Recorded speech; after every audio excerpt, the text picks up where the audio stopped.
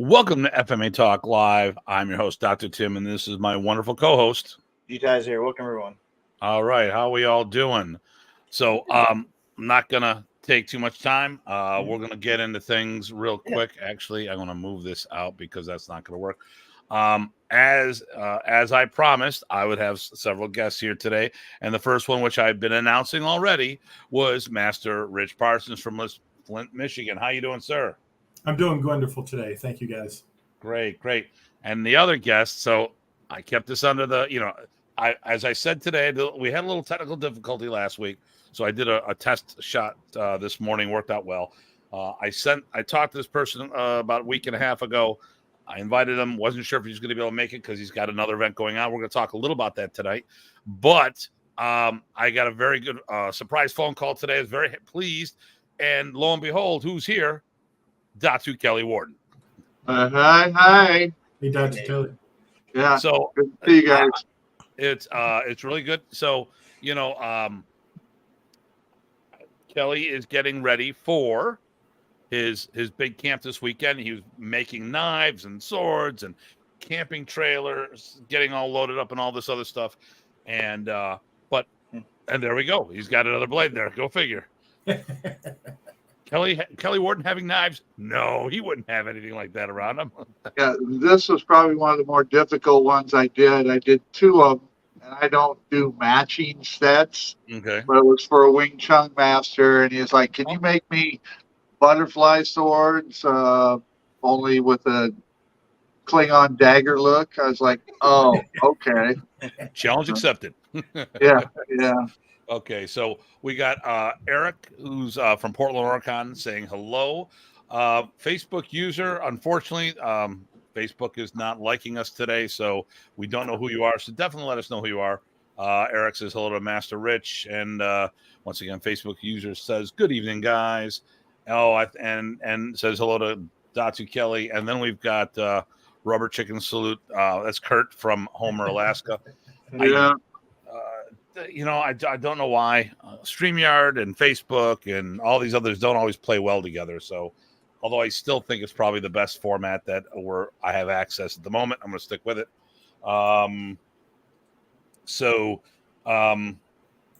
It is a somber note. It is the 22nd anniversary of our teacher's passing. And we talk a lot about him as a martial artist. And we don't really dig into the person. And I don't want to, a lot of the stories are going to revolve around seminars, but it's not about the martial arts. It's the personal things that have happened at these events or after, during, before. I want to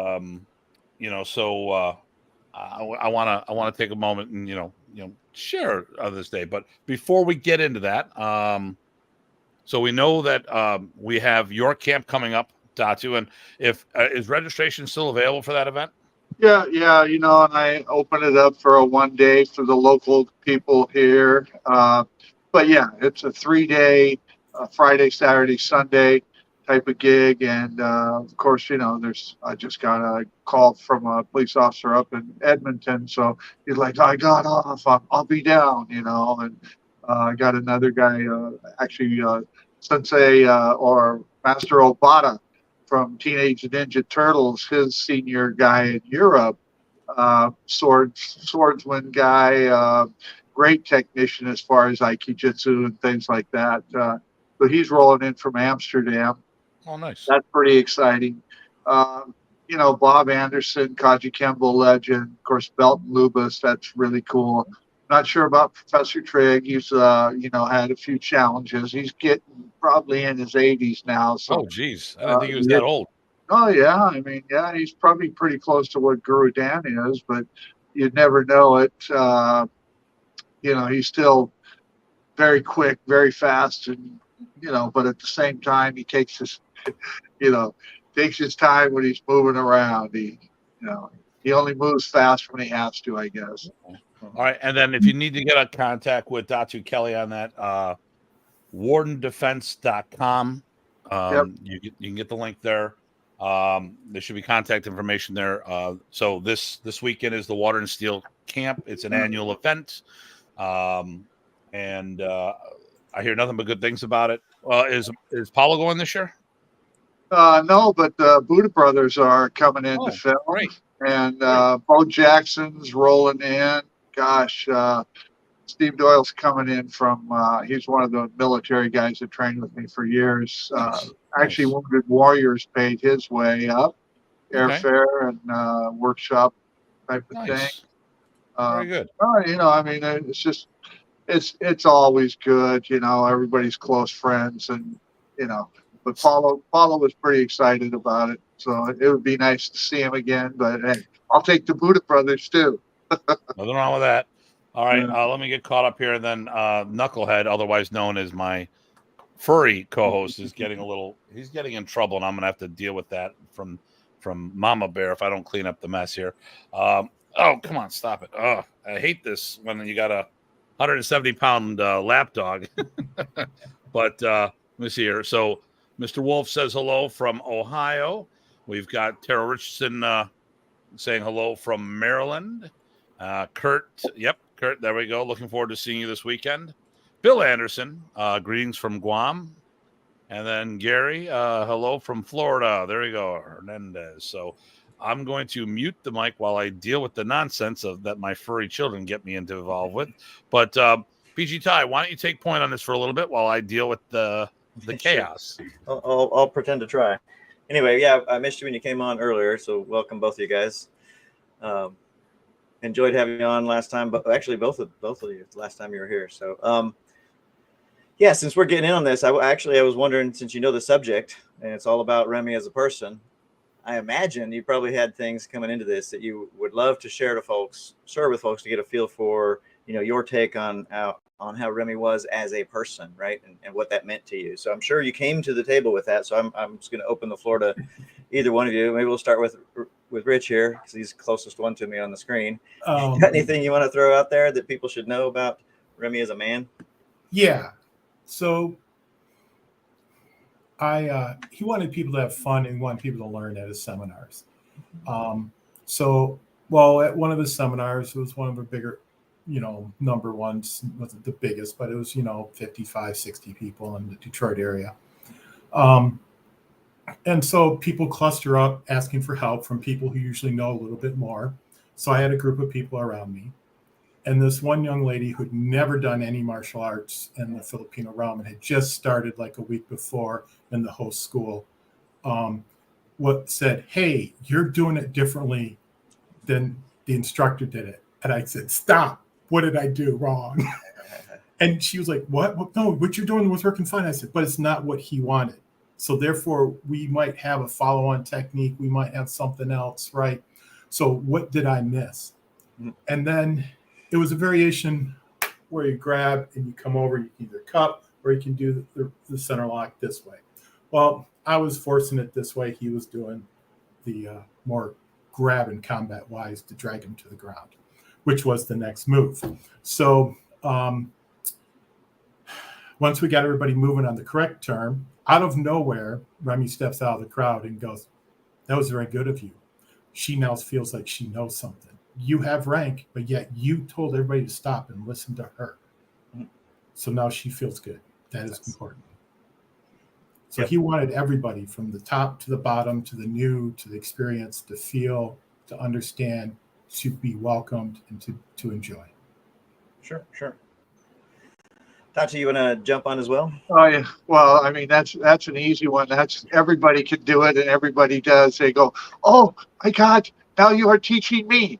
Yes. And I think the first time I heard that, I came in from Cooey Broca's group, which was one of Ernesto's, and Cooey was a U.S. Ranger up here at Fort Lewis.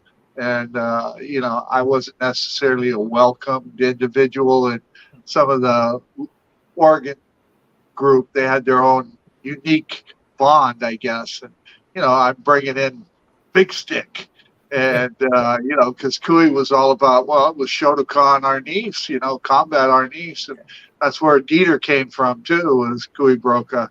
And Ernesto, of course, later. But Cooey is just a really thick, heavy, he's built like Remy, but a lot younger.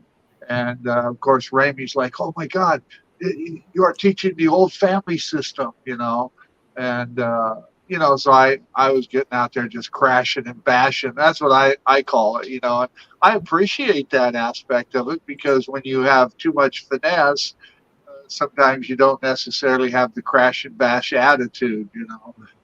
So it was like I went from great big sticks to medium sticks, then when I did in El Santo to the tiny sticks, Thank you. very florete type of stuff. But yeah, Remy would always say that, oh my gosh, now you're teaching me. And that was just foreign to me, that a teacher would encourage you like that. And that's really what it was. It was encouragement, because, first we're flabbergasted, because like, how could I be teaching him, And then I made a joke about it, like, oh my God, look, he is charging us for stuff he don't even know, And so then he would be like, oh, you funny boy, you're up now, it's time, And then you kind of get the slap down. And I even said that to him later on, after several years of that. I goes, why do you treat me like a redheaded stepchild? He's like, well, you're quite tough. So if you're whining and sniveling like the little girl, everybody else is paying close attention. I was like, oh, okay. So yeah, he had his funny moments, but he didn't particularly care, if when you were too funny, like the check in hand. So you do the chicken. So, hey, I'm old school. I did the mashed potatoes, the boogaloo, and I did the funky chicken too. There was a time, I don't know, I don't think I want to demonstrate it now, but, I said, what is the chicken? Where's the chicken? Oh, there's a chicken. It just ran by. And yeah, I was probably no different than junior high school. I was always in trouble. So, yeah. Oh, that's a great story there. I don't want you to stop me, because, when he was in the hospital, I brought him up. It was my birthday, so it was July 28th, and Roland was there. I went and bought some Hawaiian shirts and some shorts. A lot of the clothes he had was old workout stuff. So actually, it was when Richard Roy was visiting. And gosh, who else was there? Anyway, I remember Richard Roy and a couple other people. And so I went and bought these Hawaiian shirts and shorts and put it on him. And he went outside. He was so excited. But he says, and then I had flowers. And I forget some of these stories, but I brought him a bouquet of flowers. And he was giving them to each nurse randomly as we're going down the hall. And he's like, oh, you are very beautiful. You are like the flower. Maybe you'll come to my room later. That the guy was always on the hustle with women. Yep. And so we got back to the room, and and I had cupcakes.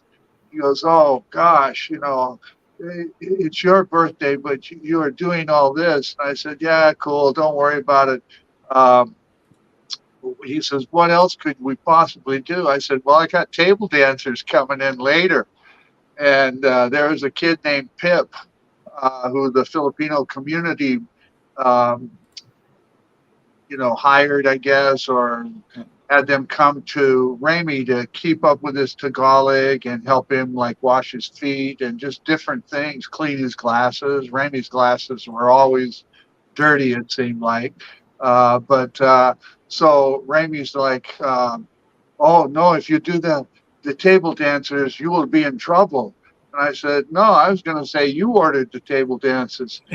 And, I can't kid you not. The only way I can explain it is you have to do the Remy Presas voice. And, oh my God, then I'll be in trouble, And I said, well, then he said, no, maybe we'll say it was Pip.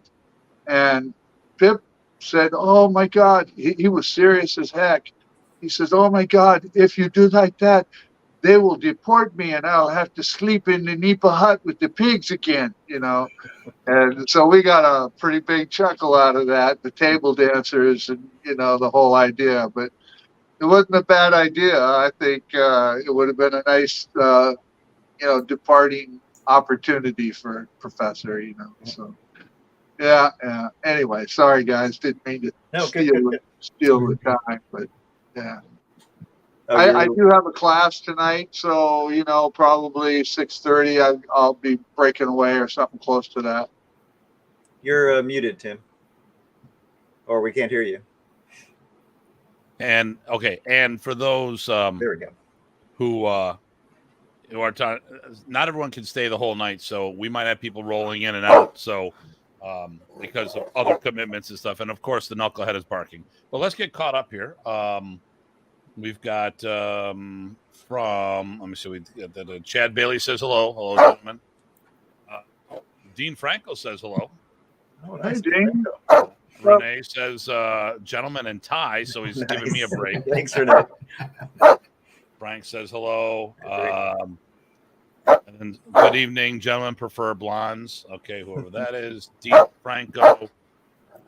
Hey, Datu. Tim, you're back. Yes, I am back from England. Yep. Hello, gents. There from Errol. And then Paulo's actually got another comment here. So good to see you guys together. Yeah, it's all good here. All good. He goes, I'm in the garage with my kid doing double sticks at the moment. What would Remy say to work on?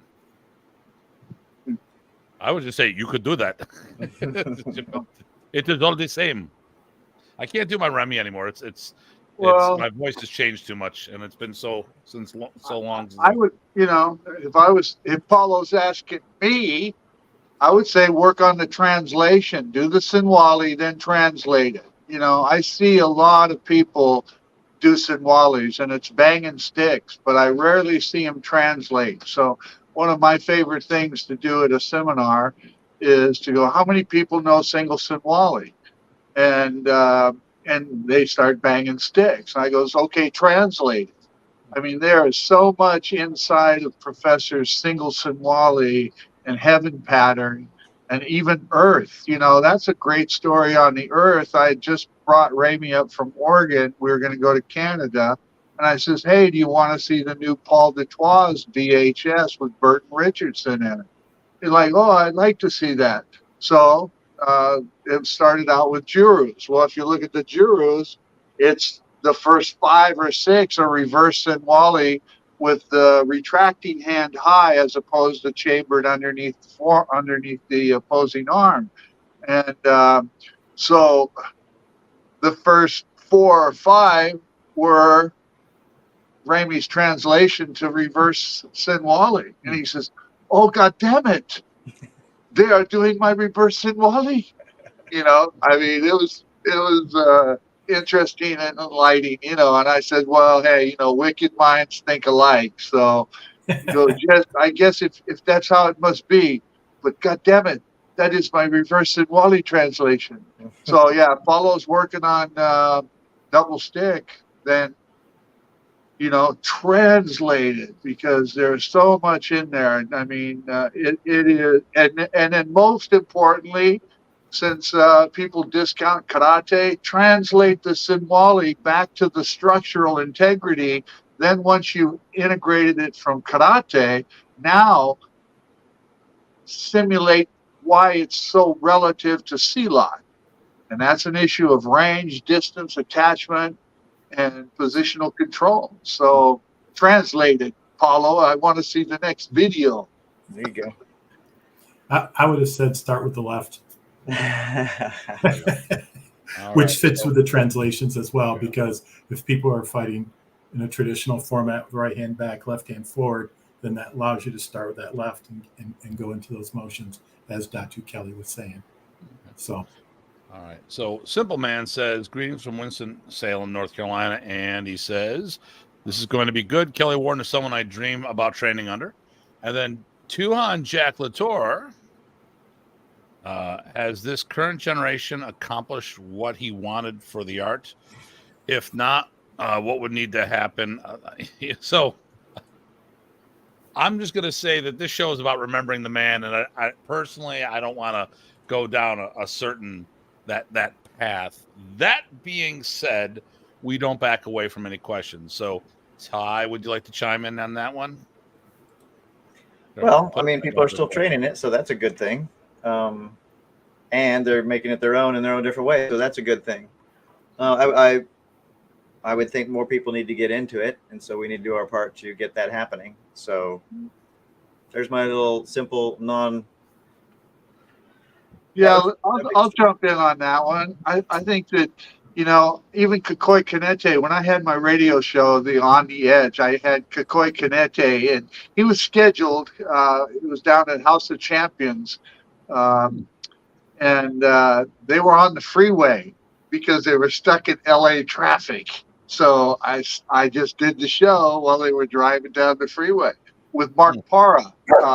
He had bought the House of Champions from Benny the Jet. So originally, that's where that connection came from. So anyway, I had asked Kikoi, I says, would you consider structured karate as the donor arts for FMA, especially on how to systemize it, how to organize it, how to structure it, because most FMA is tribally taught, and what allowed that connection to flourish, so to speak. And so, and of course, we know that Dr. Lungston assisted in Professor Remy's organizational aspects, and then Rosemary also, since she was an educator, when Remy had come back from his visiting rampages, roaming through the jungle and getting his education in different ways, Rosemary was the one that sat him down and says, where does the syllabus, how does that fit together, and how does that organize?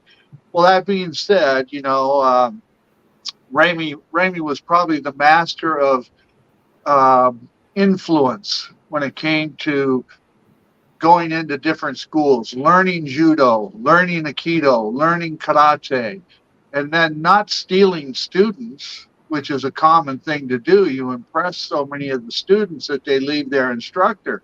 Well, Remy would impress the instructor and empower that person, whether it was karate, kung fu, Wing Chun, or any other element that he happened to run into. He'd expressed interest, and that's why he always said, now you are teaching me, because he was really learning all the time. But in that regard, the traditional arts allowed Remy to influence thousands of people, because he didn't take the students. He influenced the instructor and said, hey, wouldn't you love, even if it's a Filipino instructor that's doing taekwondo, shotokan, shitoru, any of the traditional arts, and then he would say, wouldn't you like to have a cultural influence? So that was what made it the art within your art. I like what Datu Helford Jones had told me at one time, which kind of, we're always on the search for the most progressive path. And, Datu, and he wasn't the Datu from Lanada. So Halford said, which, by the way, I spoke to Halford just maybe last week or something. He's doing okay.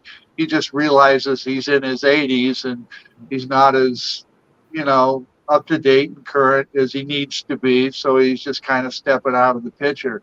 But he said a very profound thing. Even if they're doing it wrong, when they do the Filipino martial arts, they'll eventually do it right. And that means, you get your hands smacked, you're learning. So the best way to teach is tribally, because the more, even if you know one or two things more than the other person, by teaching it, now you know three more ways to explain the simplicity of it, and you are self-explaining the validity of the technique to yourself as well as to the individual you're teaching. So in that regard, I would say Remy definitely accomplished it, because he sent the art to so many different arts. So many other people are influenced by his efforts, and Kikoi kind of agreed with that. Not kind of, I mean, distinctly agreed with that when he said, yes, karate were the donors.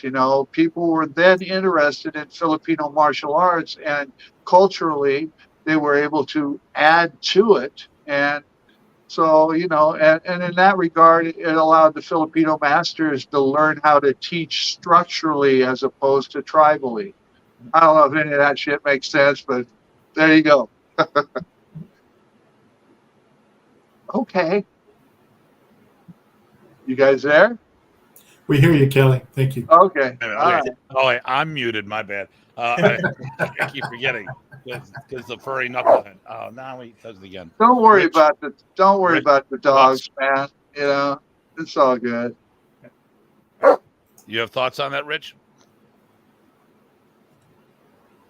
No, I mean the teaching methodologies and ideas that Kelly talked about, I could see that happening. What I thought of was about the man was a few times that, like, when I had to drive him from the Detroit airport up to Flint or from Flint to Lansing for a summer camp, he would say, just slow down, speed limit, don't care, put it down 55, hit cruise. I will sleep. I will look out the window. We will take our time. And he just wanted some time to sit in the car and look at the scenery occasionally.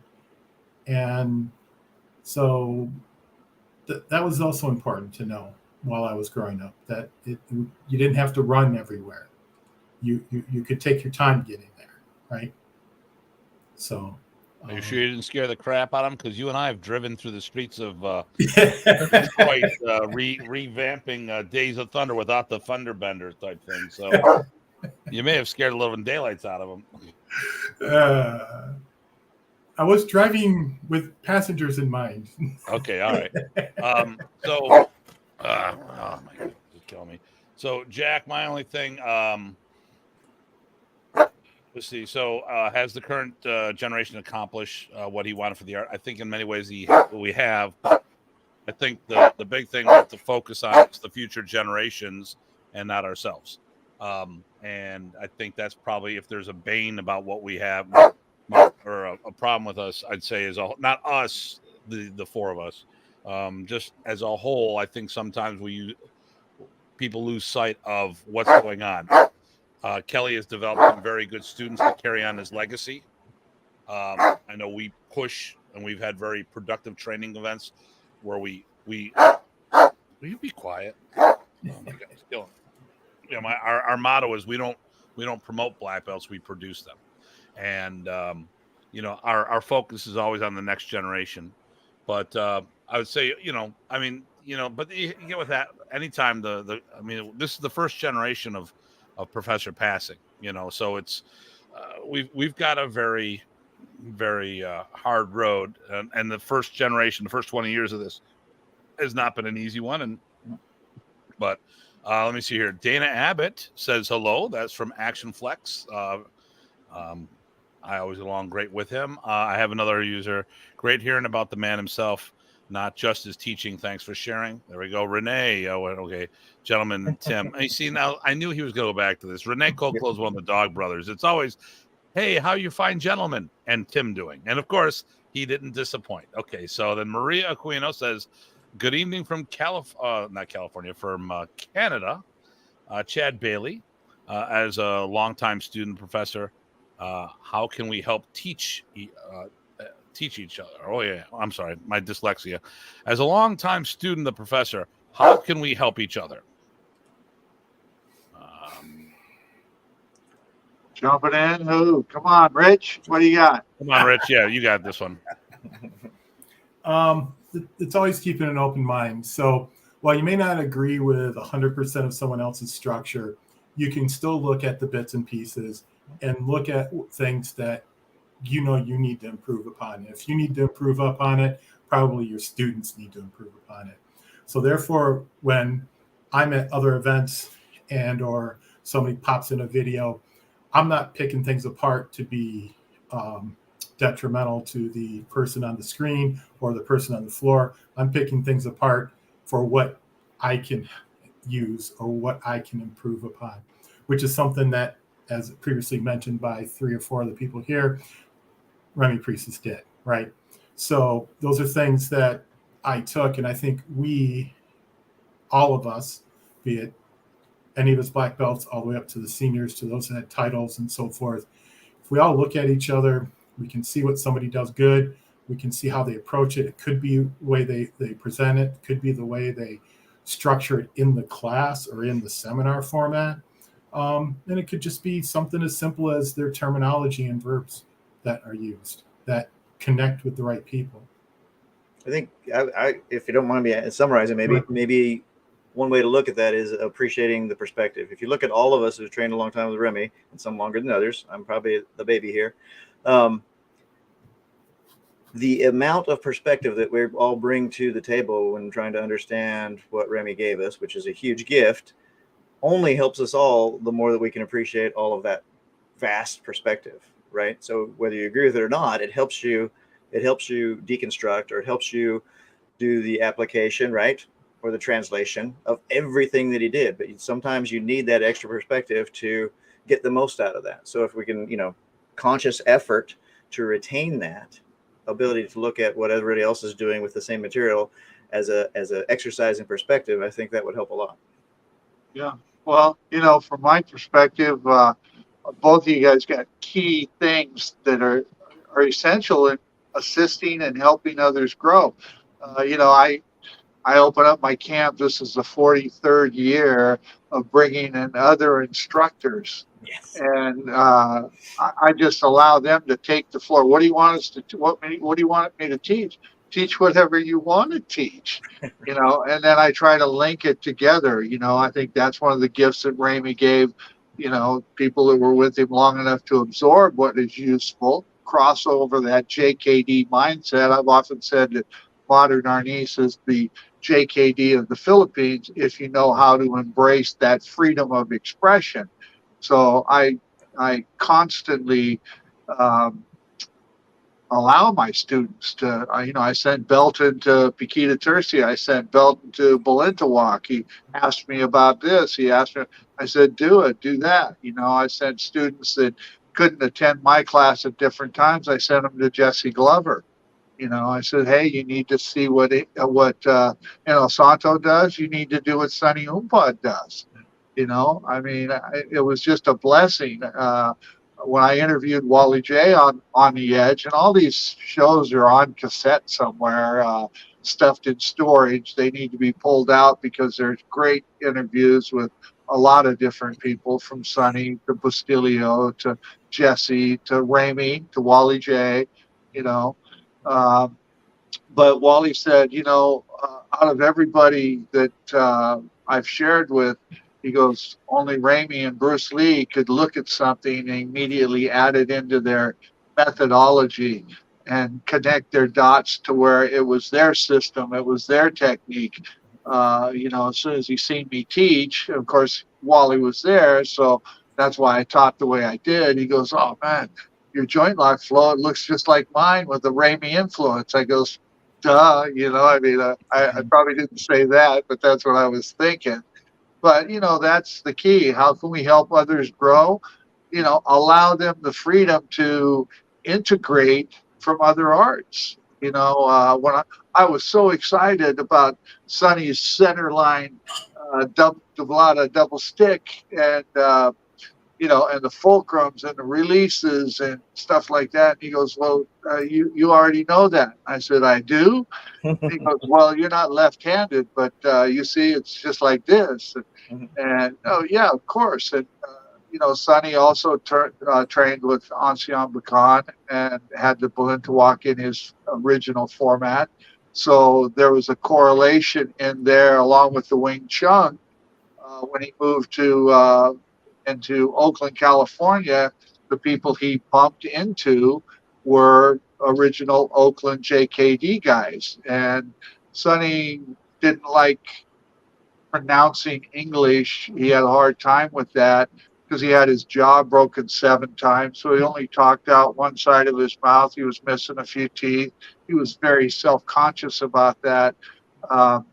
So he learned the Wing Chun and correlated the Wing Chun to the Sarada because he was also under Kabbalist. So the Balintawak, the non-classical Kung Fu of Jesse in the California or the Seattle era, with the Oakland into the Kabbalist, there was just and I showed some of that to Remy, and he was just like, oh, that's so beautiful, but you have that. But I like what Sonny's doing. So you keep doing that. But I guess the point there is, just like Wally said, Remy would see something and integrate it. And he never restricted me from learning from Jim Ingram, Pinjat Silat, Pukalan, following Professor Trigg. Trigg trained with Ernesto, Roberto, Estalusa, and Remy. So a lot of people jump to get certification from all three brothers, but Trigg had already done it so many years ago. And so Remy was always encouraged to reach outside the system and then make it your own art because it all connected. So I think that's probably the best thing we could do is encourage people to learn what they don't know about what they already know. Does that make sense? Learn what you don't know about what you already know, and then you go, that would be Remy going, what? I didn't know I knew that. How many times did you guys hear that? That's where that saying came from, where I said, is he charging us for shit that he doesn't know? Now that's good marketing. No, he was a geek about that stuff, a nerd, always looking for those things and just being really excited about anything he saw that was interesting and neat or wow. When he said wow, you knew he meant it. Yeah. Well, Or he asked you to pat him on the back. Pat me on the back. My God, I'm very good. And we've actually made that correlation about Moderniste and Jeet Kune Do, but the funny thing is, Moderniste predates that. It is the whole same mindset. But Professor was doing that long before we ever heard of Bruce Lee, which is cool because not me, buddy, not me. But I'm a left coast, I'm an East Coaster, so it's a little different. Yeah. So, and then the next thing here, Jack, it ties into this, and I'm going to chime in here. I've never met Professor Presas. I regret missing the opportunity. What advice would you give the new generation in order to get the most value out of his vision? Well, first of all, generally speaking, my thought is when you see, and this ties in with Chad as well. So how can we help each other, and what advice we give future generations? We just did 2 shows back to back on the art within your art versus the martial system. When people are doing things differently, the question should be, why are they doing it differently? And you should ask them and talk to them. So I've done multiple arts. And most of the arts that I've done were systems that have contributed to the foundation of Moderniste or was a derivative of. So Remy opened the door for me to train Blintzwalk with Ted Buat, who was basically Anchon Bakan's successor. But he turned it down, and Rich actually had the same opportunity. He's actually my senior in that branch of the Blintzwalk. I've done the Kuntao and the Sikran because Remy had told me that it was part of the system. And, I hung around Wally J quite a bit because he was do seminars out this way. I didn't do these things to get away from what Remy did. I was trying to get to look more of the DNA of what we were doing. And instead of discounting what people are doing before we pass judgment, or if we're sitting there and say, yeah, that's cool, but it's not what I want, there's nothing wrong with that. That's why there's so many different martial arts systems. Like there's so much different food out there. Just because you don't like steak doesn't mean it's bad. Just means you just might not like it. So I would just sit there and say, for this generation and how we can help each other, when someone's doing something different, we should actually ask them and talk to them and communicate to find out the hows and the whys before anyone makes a judgment. If I see Ty doing something different, and we do all the time, and we're like, Ty, why do you do it that way? Oh, I never thought of it that way. Okay, that's cool. And it might be something that I will never do, but I know now why he's doing it. And then, we can have that communication. So that's all I would say about how the new generations could get the most bang on the buck. But let me real quick here. Sam Wolf from Ohio says, love the stories from Jackson. Jacksonville, Florida's in the house. Renee is flying back from Helsinki. Safe trip, my friend. Craig Mason, Sudbury, Ontario. That's 4 hours north of Toronto. Tim Dobson, another Canadian Nice. from London, Ontario. Kempo Joe Rebello. Here we go. So, Hey, folks, glad to see this is gathering. Okay, glad to see this is gathering. Okay. To Kelly S. Warden, thank you for contacting me about finding Halford Jones. I got in touch with him and will be going to New Hampshire to interview him for my TV show. Oh, Good. I didn't know he was in New Hampshire. That's great because we go there quite a bit. We like Joe. Okay. So we have a we have a rodent danger field on our show that likes to cause a little grief here. Friendly heckler. Friendly heckler. Yeah, we like him. Thanks for sharing memories of Remy. So blessed to have known him and studied with him. So grateful for all he did for my students. And then once again, love that Filipino JKD. Okay. Yeah. Holy cow, we've got a lot more comments that have creeped up while we were talking. I've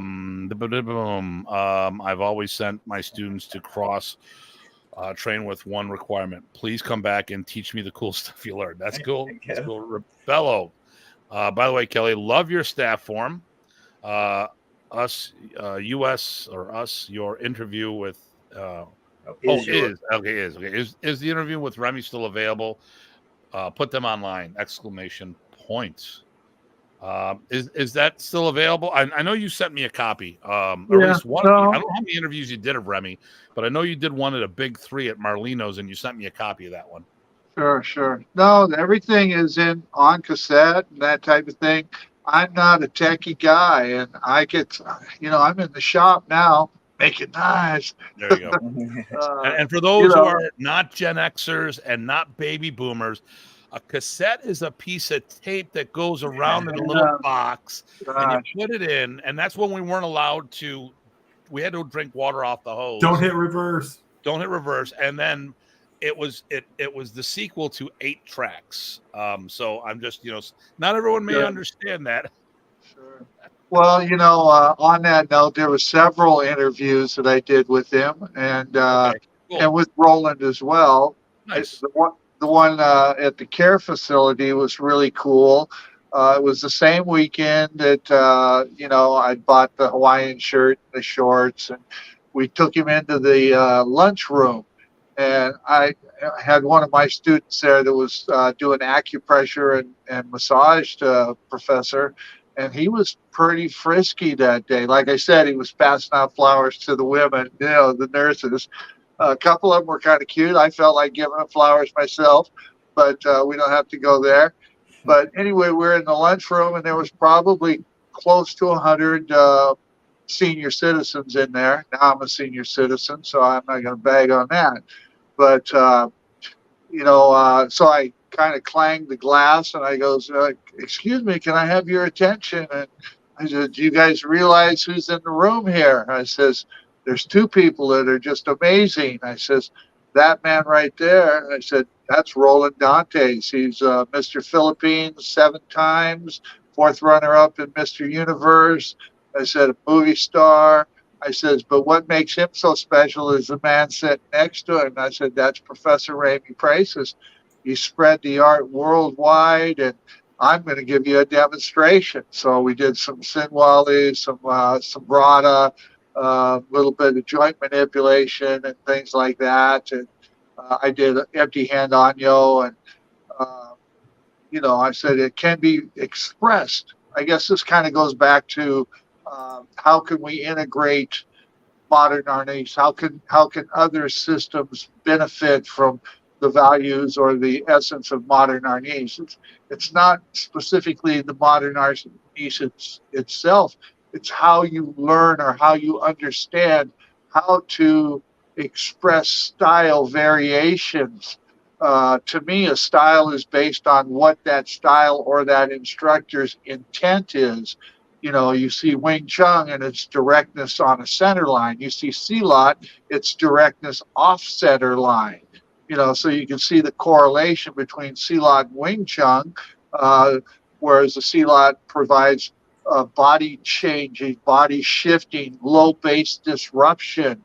But if you look at it, the hand structures and positional alignments are what makes the distinctions as far as Silat and Wing Chun. And, and then of course you look at modern Arnis, it's the translation of the stick work to the empty hand and making the knife like the empty hand. So all those things. And anyway, at the end, and I did the interview with Remy, and we talked. I mean, it was a great interview because he went back in time and he was literally going, how is it possible? A little boy looking behind the Nipa hut, watching my grandfather, and then I am just trying to do what he does. How is it I could understand that? And then he jumped into the Anyo. Topher was just at my house, and I'd opened an opportunity for him in Fort Lewis to train with the Special Forces, present what his art was. Ray Galong was there as well. And so we talked about the Anyo, and he's like, and how you did the Anyo? You did it like the Filipino dance, meaning I didn't do it structured in karate. We needed karate, and I expressed that to Professor in the beginning. He needed to teach the Anyo like karate because that's who he was trying to influence in the cultural group. They were very structured in Shotokan and Shitoru and different elements of hardstyle karate, and he was trying. And Dr. Lungston was also the head of the PKA, the Filipino Karate Association, and Lungston was the one that helped him formulate the H patterns or the patterns of modern Arnis, but influenced or expressed with Filipino movement as opposed to hard style structure. So in essence, he really enjoyed the fact that my expression of the Anyos is very flowery, very much like floating hands like clouds, those type of things. So it's interesting how you can integrate and influence the other arts based off of what we get from modern Arnis. It's not all hard style. It's very soft. And Remy was he was a master thief. That's a good way to put it, because he could mimic or copy or steal anything from any art. And that's that influence of JKD as well. So anyway, blah. Okay. Get close to my closing time, another 10 minutes or so, and I'll have to roll out to the gym. All right, let me get caught up here with more comments before you take off. Good day to everyone. Happy to see you again, Pugai, Datu Tim, PG Tai, and to the two handsome gurus greeting from the Philippines. Well, who the hell are they talking about? Not us, not you, and not me. Okay. All right. Okay. All right. That's Grandmaster Unya from Lanata Kuntao. Yes. And then why don't you read this one? My this is a little longer here. Bill Anderson, he says, if I may interject a thought on this subject, I think that association between other instructors in general and having seen the explosion of modern ace infighting after the passing of GM Remy, politics is a major issue because of the lack of support with other instructors within a particular system.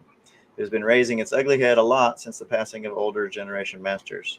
Yeah, they're not the guiding rail if they're gone. And that happens in all styles. Yep. It's not just us. Unfortunately, if people don't have a lot of experience with other systems outside of what they do, they don't see it. I've been a guest instructor a lot at a lot of different systems, and being the non-kempo or karate or taekwondo guy at the event, a lot of people have a tendency to cry on your shoulder and tell you the woes because they're looking for someone to complain to that's not one of their own. And I would assume that all four of us have had the similar experience with all of the traveling and training and teaching that we've done, that hey, you're the guy that's not part of this. Here, let me tell you. And if you look at, like, I was talking to one of the guys, just taekwondo in one country is crazy, let alone international. But it happens everywhere. When the guy that brought everyone together goes, it hits the fan. Yeah. American Kempo, Kita Tercia. You know, there's how many different fractions of Balintawak are there? You know, how many variations, like you say, at Taekwondo? Yeah. You know, BJJ is going through the same thing. Wing Chun, brutal infighting there. You know, to the point, well, we haven't had anybody jump on the seminar floor, film somebody taking somebody down and throwing the camera out the window like Mostepi did.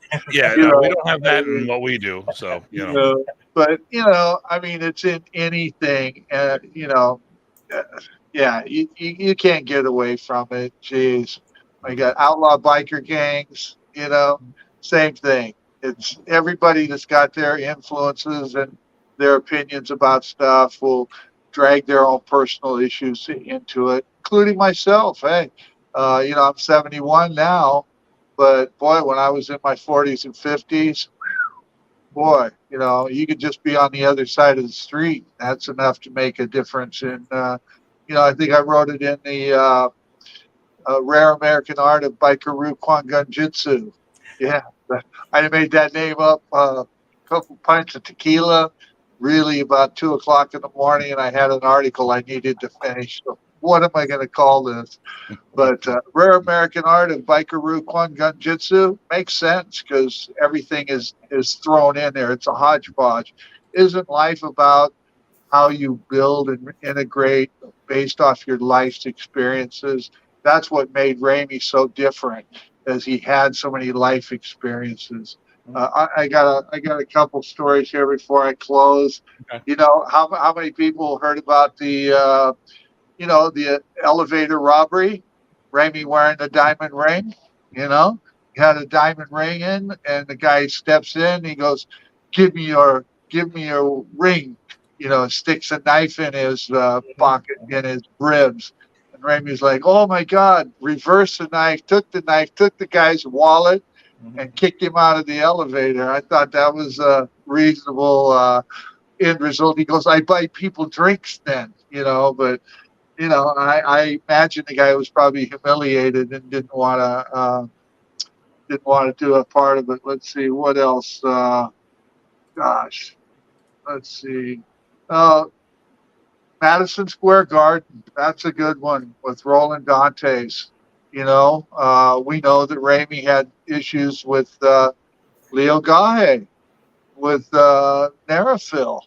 You know, and it was Greg Alon that met Ramey at the airport and and helped him with his baggage.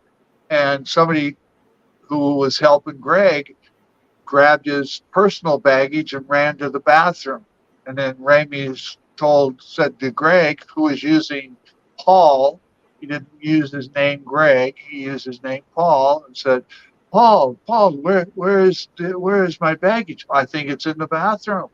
And he ran out, you know, and so Ramey ran to the bathroom and he came out. He couldn't find his bag. He didn't have his passport or anything else. That's when he reached out to Moses Powell, and Moses Powell hooked him up with Farrakhan, and he claimed religious sanctuary to stay in the United States so he couldn't be deported. I know it's not a good story, but it is a real one. So anyway, they had to pick up Roland Dantes at the airport for the Madison Square Garden demonstration by Aaron Banks. You guys look up Aaron Banks, old school Gojo Roo, scary looking dude. It's like Count Dracula does Gojo Roo. You know, I mean, yeah, we know why Aaron looked that way, but we don't have to go there either. But, you know, so they pick up Roland at the airport, and he's escorted by Farrakhan's bodyguards. At that time, it was the Black Panthers. And Roland is like, what is this? And Ravi's like, don't worry. No one will mess with us. We have protection now, you know. And so then they did the live blade machete. I think it was 1972, if I'm not wrong, but at Wide World of Sports, Madison Square Garden. Boy, that was a feather in Ramey's cap. I mean, he was just always ecstatic to share that story. And, you know, what a life adventure. Like, I think, can't remember who said it, but, you know, Ramey's life is a movie. You know, some of it's real, some of it's expounded on. There's other aspects of it, you know, but it truly could be influenced by thousands of people that were influenced by Remy. They got a little bit of this story and a little bit of that story, and you know, uh, but it's pretty cool. You know, Roland was like, Remy said it differently than I expressed it, but on a personal note, being kind to your audience, and not talking like Datu at the bar. But that's a pretty good story, and that's a pretty big feather in the cap for Filipino martial arts, and and Roland Dantes. That says a lot about Roland Dantes too, that people kind of discount. That Roland was just a movie star. Well, there isn't anybody that was anybody in the Philippines teaching that didn't cross sticks with Dantes. If they went to his movie releases, they went there to go, who do you think you are? You're in my village now. And then, oh my God, Master, you are, I've heard about you. I was going to seek you out. It's a blessing that you are here. Next thing you know, they want pictures with Roland. He was the consummate ambassador. Having crossed hands with Roland, I may have been quicker and trickier and sneakier because I focused nothing on but FMA, but I didn't achieve that bodybuilder status. I didn't achieve a lot of things that Roland did. And I tell you, it would take an awful big and tough and strong man to knock Roland down and not have him get back up and fight you for real. But he was such a nice person and so loyal to Professor. Pretty amazing. Gosh, we were there with Professor in the final days, and some of the conversations that they had, and including Auntie. And that Roland and I did a interview on that after Remy had passed. But Rosemary had called in those final hours, and yeah. So Remy was amazing. Like I said, it'd make an amazing movie. David Foggy has a lot of Roland's personal notes. One of the things Remy said in the final days was, Roland, do the book, include everyone. This is not a book about me and modern Arnese. It's about everybody in the Philippines. So he really did care about all the old teachers, and everything that they provided, influenced, and yeah, it's a great thing. Anyway, guys, it's 6:30. I need to jump ship and go out to the. Well, hey, thanks for popping on and taking time, especially with the camp coming up. Once again, go to, if you're interested in Kelly's event, Water and Steel this weekend, and just reach out to him if you got any questions with that. And we should have you do a follow-up, tell us how the camp went and other things as well. Yeah. The Buddha brothers told me that they were going to film it like a documentary. Nice. So I already told them I'm old. I'm not the star. I really want to feature guys like Mr. Anderson and Belton Lubis and Rob Sharp, and really highlight the guys that are there. Worrying about the next generation. Where have we heard that before? Yeah, for sure, man. So thanks, guys. Rich, Ty, you guys take care. Yep. Everybody out there in Thank you, Datu. TV land. All right. Thanks for stopping in. All right, man. See ya. Actually, he touched upon something that I wanted to emphasize again, when we were talking about Remy the man. So he had this magical ability to engender loyalty and enthusiasm. And so everybody had this connection, and everybody was loyal to the professor. And so I think part of the explosion the other way that we've had to challenge is that everybody abruptly lost that direct connection to him. And so where do you go from there? But I mean, you can look at it from the good side. I felt a huge sense of loyalty and encouragement and enablement from Remy. He's the one that said, hey, you will start a club and teach. And I go, I will. Okay. And I worked my butt off to do the best I could with it for him. Well, let's get caught up a little here, and then we can chime in some more and share some other stories. Renee. It's always about Renee here. So Rich loses the background award for his with hair blends into his blinds. Nice. There you go. That was a good one. And So then doily hair. just curious, do you guys find Tim's oil bottle collection as impressive as I do? Cool. No sarcasm there at all, there, Renee.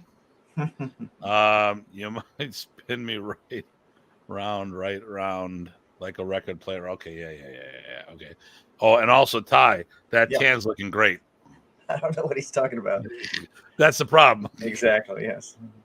I keep wondering if my camera's messed up, and then I realized I went back in time and had to go 88 miles to fight Biff and this. Okay, so he's doing Back to the Future. Almanac got rich from. Okay, yeah, I got it. Winning sports bets. Yeah, he's doing too much Back to the Future.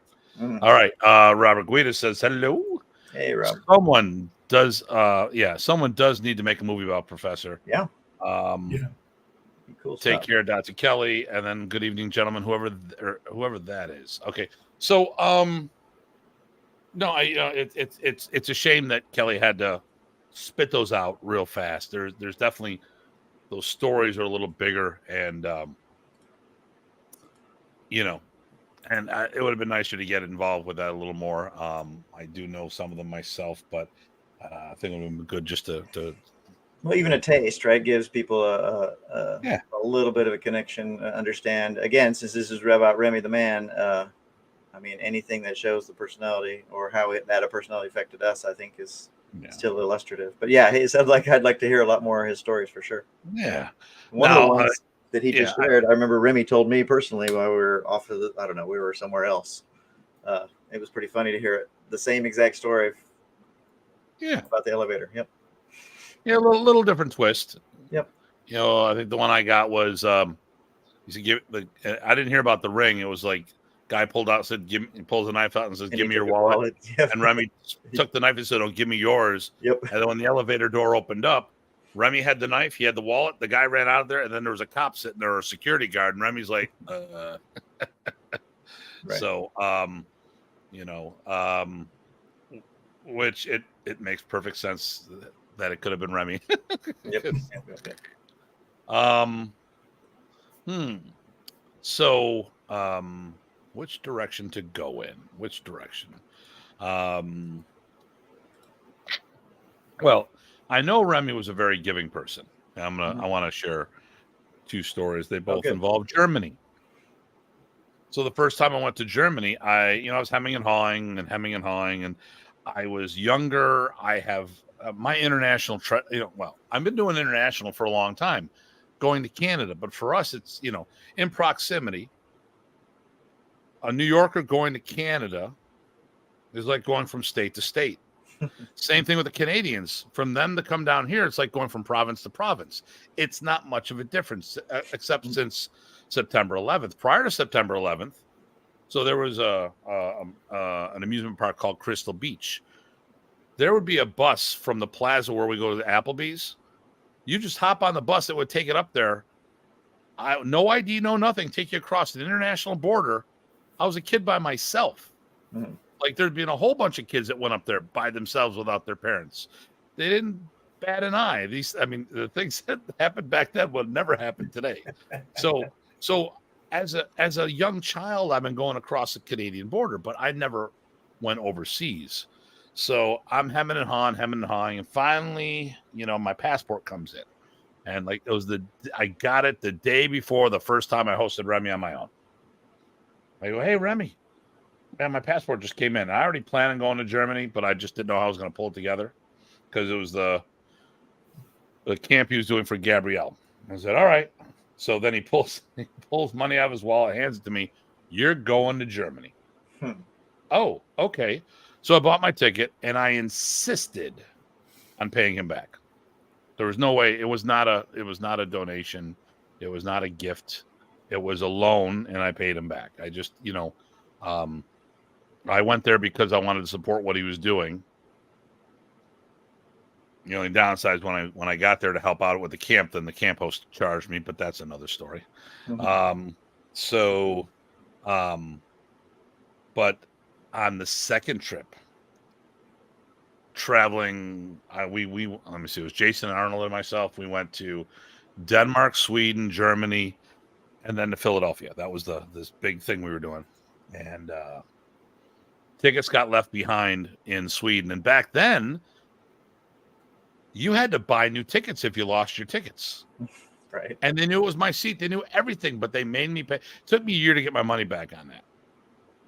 So fortunately, I had enough cash on me. I could just, boom, done. But I didn't know it was going to happen because I used all the money I had on me. So at the time, I called Janice up, and I didn't have a cell phone back then. I don't think I had a cell phone back then, or not good coverage.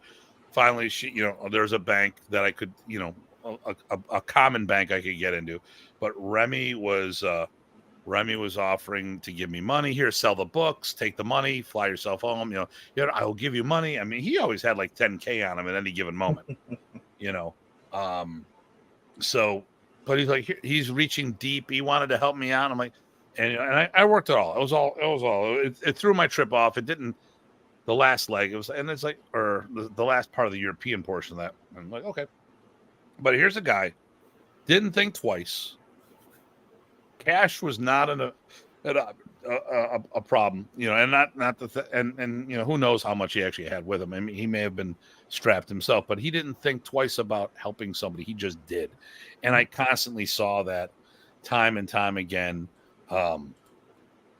And it just, he was a very giving person. And the problem was, because he was always running to the next gig, I don't think a lot of people really got to know him that way. I mean, I remember Rich and I were telling stories back and forth, and Dan Anderson was at one of our events. I think it was a Buffalo event. And he just looks at the two of us, and it was just like, I don't have any stories like that. I've always had this student-teacher relationship. I never had that relationship with that. I mean, you remember that conversation, right, Rich? Yeah. And the thing here is, a lot of people didn't, because he was, I mean, I can't tell you how many times we rushed him to airports around the country because I would go see him, and all of a sudden we're over at Steve Scott's in Indiana.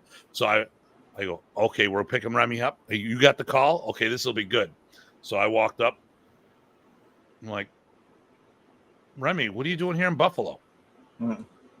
What are you talking about, Tim? I'm picking up Dr. G. What the hell are you doing here? You're not supposed to be here for another 2 months. What are you talking about?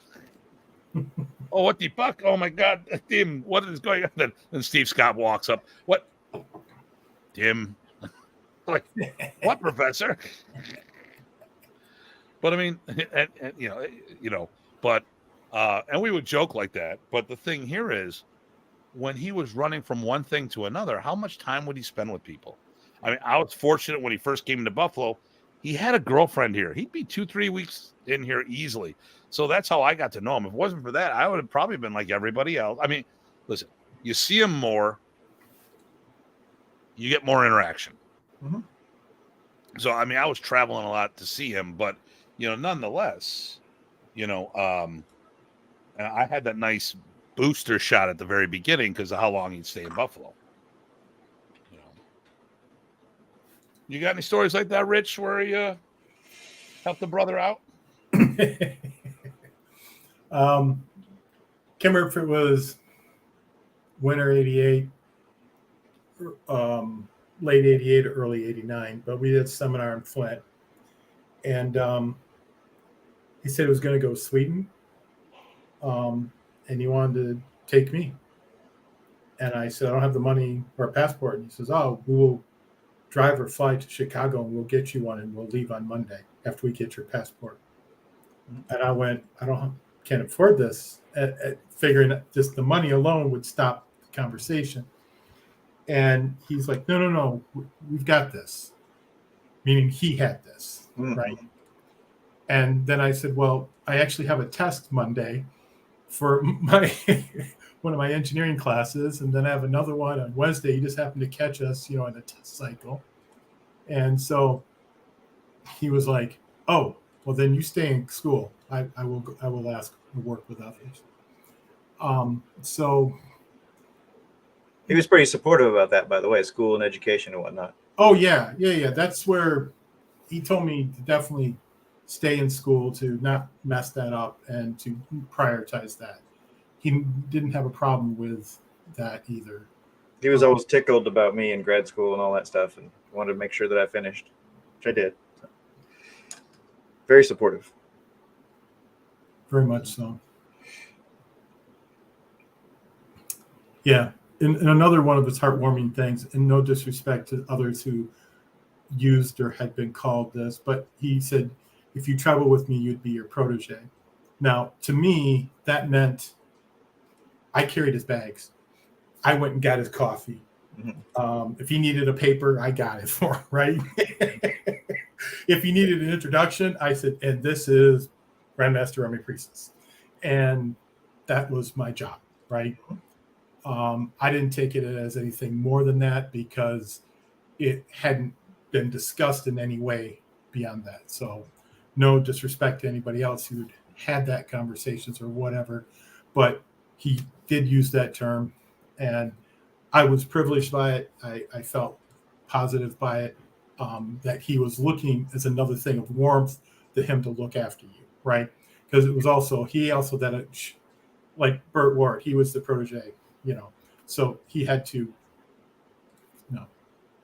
Robin was the protege of Batman. So he had to end up getting responsibilities for him, right? Not just use him as a buddy to carry things around, but to actually be responsible for him as well. So it was a more than two-way street with a lot of the responsibility on his side. So unfortunately, life didn't allow that trip, but I got a degree and allows me to do all the things I do today. Mm-hmm. Let's get caught up here. 33% interest on that loan. Okay, yeah. Funny. Professor is giving a sign of family, which is what you gentlemen are continuing to promote. That is a good thing. Yep. No. He, definitely that family vibe to what he was doing. Rocky here. He got busted with a girlfriend in Buffalo. Oh, that's another story.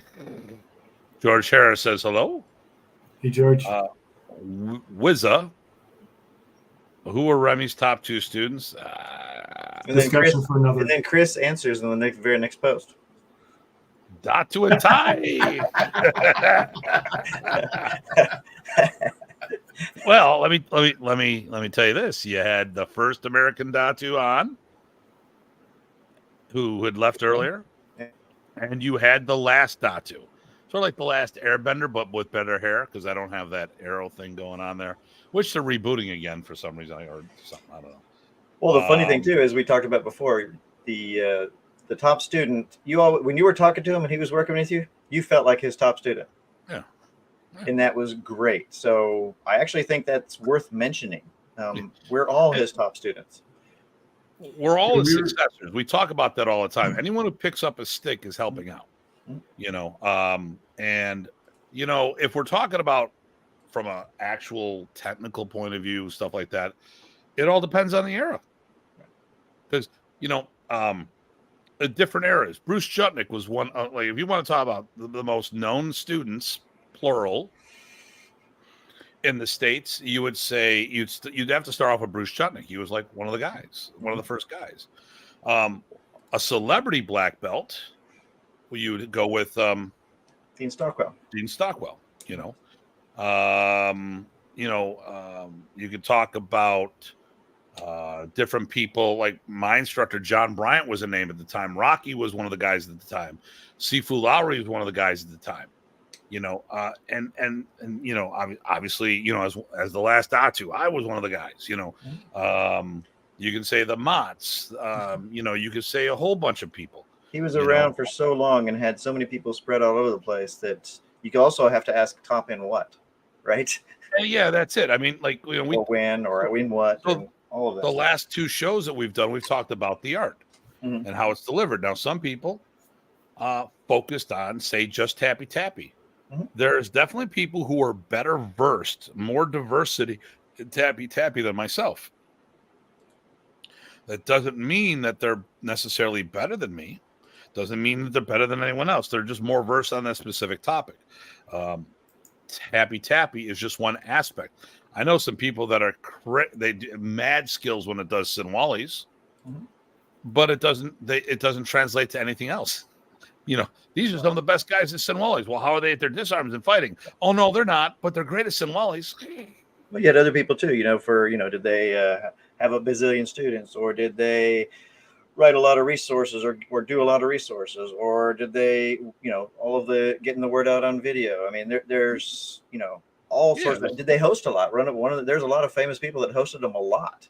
there They was. may not know a whole lot. Well, like when you sit there, if you want to go down the path of contributions, who've contributed, a Right. lot of times we overlook the host, because if it wasn't for them putting the seminar on, we wouldn't have had these opportunities. And one of the probably the And it's most not easy. no, it's not. And you know what? I'm gonna give a shout out to somebody. Rich knows who I'm gonna talk. Rich might have a clue who I'm gonna say. He definitely knows the name when I say it. Mhm. Probably the person that was more influential than anyone else as a host, Terry Warham. Yeah. Terry Warham ran the Michigan Summer Camp, which all camps built their model. He wasn't the first camp. Okay, so the first camp, I forgot the gentleman's name. It was done in 1983 in, was it West Virginia, if I'm not mistaken. It was a 2-week long camp. The very next year, he moved out of that area. Someone else took over that spot. Former students of him did a camp. But what happened was, one of the people that went to that camp was, and here's another person I'd give props to. So I would go with Joe Bridenstine. Joe Bridenstine attended that camp, which was, the first Modern East camp in the States was in 1983 that I know of. From there, it went up to the Metro Philadelphia area. So Joe Bridenstine saw Remy, brought him up there for at least 2 camps, and those were 2-week long camps as well. And then a lot of people got to meet him up there. That's those, and then when Terry hosted the camp, he had the longest running camp. He had the best camp that I've seen, longest running as in years, not the duration. They got away from the 2-week long camps. They went to 4-day camps. I would have loved to have gone to one of them, I wish, but I think I would have been done with it after the first week. I think just me as a person would have been like, I need to be home. These guys are driving me crazy. I mean, it's different when we're in the Philippines. Right. Like when we go to the Philippines, it's a whole other animal. Well, the 4-day camps, when I started with the 4-day camps, I felt energized at the end, and I wished I could do a 1 or 2 week camp. But again, I was in grad school, I was in really good shape, all that good stuff. We were younger. Yep, exactly. Yeah. So if I could loop back around to what Ty was saying about when you talk to people, or when Remy talked to people, he made you feel, or he made those around him feel. I was at the J Spiro camp, and one of my seniors and one of my first instructors, Joseph Doris, 4th degree, at the time, he was talking with a third person with us who had a Taekwondo school, since retired and so forth. But he was telling this Taekwondo school owner that if you want to learn anything in Modern East, Joe can teach to you. If you want to learn anything about his system, he would trust it. Mm-hmm. He'd work with them, and if he recommended him, he'd work with them to promote him. Yep. So later, because that Taekwondo instructor knew me, he asked me, "What rank is Joe? Is Joe like 8th degree?" Mm-hmm. And I went, "No." But Remy made it sound like that's the weight he carried. I think a lot of people don't realize that Remy would actually do that, enable and recommend people to train with so-and-so. Heck, that even happened to me and Raymond, right? He said, if you're in Texas, you need to train with Ty and Raymond. And we're like, okay. I mean, we didn't make it too big of a deal of it, but that kind of word from his mouth was encouraging. It was also the idea that, not only he could go out there and share his art, he wanted you to do it in more than just, hey, teach your group that you're working with. But if you can get out there and do more than that and you're committed, he was all behind you, which is unusual. A lot of times you don't say, hey, I'm going to teach you some things, Rich, and I want you to get out there on your own and start sharing the things I taught you. Right. That you don't see that a whole lot with a lot of people. And he was very good about that. Once he was happy with what you're doing and saw you're committed and liked what he saw, which it didn't take much because all you had to do is make the right translations, right connections for you. And he was, do the work, right? He was right behind you. Okay. So let's get caught up here. Bill had an abrupt departure because he had a power spike, had to reboot his computer. Chris Nally says hello from Georgia. And Sam, how much of Modern East has changed or developed since Remy's passing away? That's a good question. So,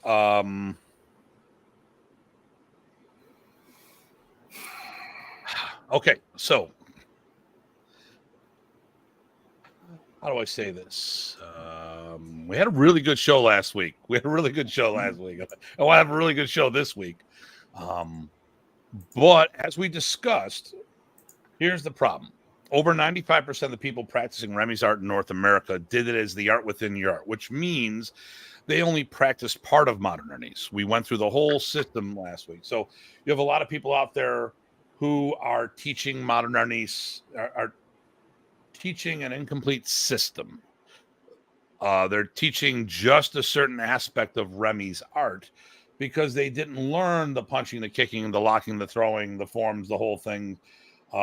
Not saying they're not good, not saying they don't know what they're doing as martial artists, but when you do the art within your art, it's like a buffet, and you choose what you want to do to add to what you're doing. And that methodology has taken a lot of good martial artists and made them great martial artists. Mm-hmm. And it's still all part of the modern Ernest family. But unfortunately, in some cases, people are not teaching. People didn't learn the entire art to be able to teach the entire art because they never took their FMA training wheels off. They didn't learn as a stand.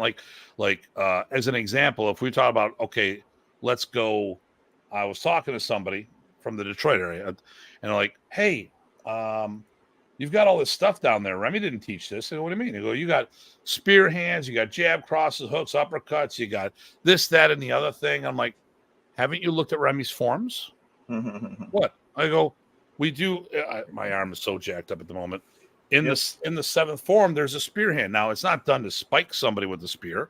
It's a setup for a lock or control or whatnot. If you look at the first form, we do trapping hands, which also means you can have a back fist in there. You're doing a bolo punch uppercut. You're doing down blocks. You're doing rising blocks. You're doing reverse punches. You're doing four fists. There's a lot of stuff that's in there just in the first form. Then you keep going from there. You've got outward elbows. You've got upward elbows. You've got downward elbows in our forms. And the forms are just our techniques, or our fundamentals, I should say. Not our. I don't look like it's punching and kicking as a technique. There's technique to execute those things, but those are fundamentals. And a lot of people never worked on the fundamentals of our art because they built it on the fundamentals of what they were already doing. And like when I've learned my other systems, it was start me from the ground up. I don't want you to miss anything. Mm-hmm. And if you think I'm okay to go to level 2, lesson 2, then we can shift gears, but don't skip gears. Right. Okay, that's my thing. So one of the Kempo guys up in London, he was also cross training into the system out of Toronto, and so he's like Gow or Jason. Doug, yeah, Gow. Okay. And so we were. He says, "Oh, it's real easy, Gal joint locks. You give him a different lock." Well, I just took that when he gave it to me, and then I took the next one, and the next one, until he ran out. And as he's looking back over his shoulder, back at me against the wall, he goes, "For a stick jock, you sure know a lot about joint locks." And I said, "That's because when you came to us from the Kempo mindset, you just wanted to know our stick. You didn't want to know our hand." And his jaw hit the floor and the lights went up and it was like, oh. So Right. yeah, it all depends upon their approach and their integration. Mm-hmm. But we're all still modern our niece. Yeah. Okay. It's just, did you do part of the art or did you try to do it as a standalone program? Okay. Here, you take this one there, Ty, because it's a big one. Let's see. So Bill Anderson. That is what I like about the evolution of the FMA compared to the training I had in the Philippines during the early 70s. The times have changed and the arts have evolved with the newer generation of instructors. That individuality allows people to evolve and use what is useful for the individual to find his own niche in the training path. Yeah, I mean, Remy always said, make it your own. But one of the things he put behind that, of course, was you got to do that work for you.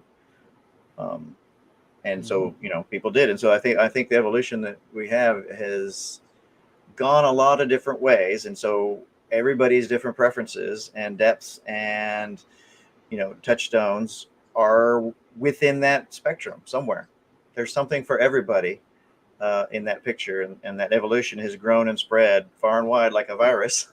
So, which is a good thing. I think that's what Remy wanted, right? I like a part of the virus. Rich likes a different part of the virus. So we overlap a fair bit. Tim likes all of the whole virus that he wants.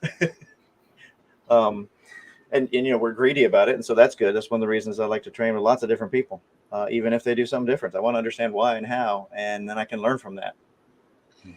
I always embrace the individuality and freedom of mind, but when my students learn and the foundation of the FMA that I teach is still what I teach, that's great. My thing here is this: I have no problems with innovation, but we need to innovate from structure.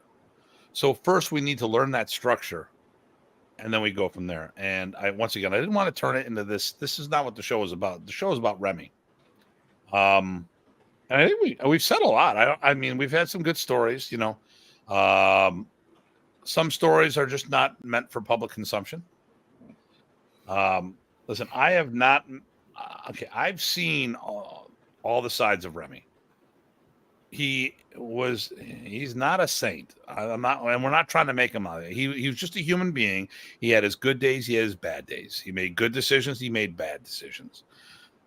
But like all of us, and I'm not talking to people on the show. I'm talking about humankind. But if you look at who he was from a day-to-day basis, he was a really nice and caring man who cared about everyone, and we know there's a cultural aspect in Filipino culture where they don't like telling people no and telling them they're wrong and stuff of that nature. But it was a lot more than that with Remy. And he wanted, when he did correction, I wish he would have been, for me, it would have been better off, Tim, you're doing this wrong. But he really wanted to empower people and do it in a positive manner. And just, like I said, I grew up in a rougher environment, emotionally speaking. And, we just called it the way we saw it, and just, we didn't mix words, and it was okay. If we got butt hurt for a little, so be it. And then we'd get over it. And then, I'd cry my Wheaties and move on, so, Wheaties are a type of cereal for those who weren't old enough to understand what Wheaties are, by the way. Right. I know I'm having all these Gen X and Gen X references here. Yeah. But at the end of the day, this was a caring guy that, I mean, no matter what we say about him, words are not going to do him justice, and he had very memorable stories, and I've seen him when he was hot, and I'm talking angry hot. I've seen him when he was a very loving person. I've seen him when he was mad and I've seen the many different sides of that guy. But day to day, that's not who he wanted to be. And also, here's what you got to remember too. This was a guy who loved being around people because he was a very lonely person. This is a guy that would live in a hotel for a week by himself.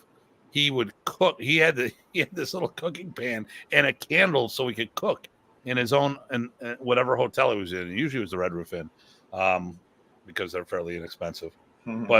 But he wanted to stay at people's houses. He liked that social interaction. And when people make comments about this, I remember, and I'm going to have my story. Okay. My story, which made me understood. So I'm going to go back when HBO first came out, when cable first hit, then cable, like what? Cable? So 1980. HBO used to do whatever the movie was, and it used to talk about the bunny ranch. That was the bordellos. That's where the prostitutes were. Okay.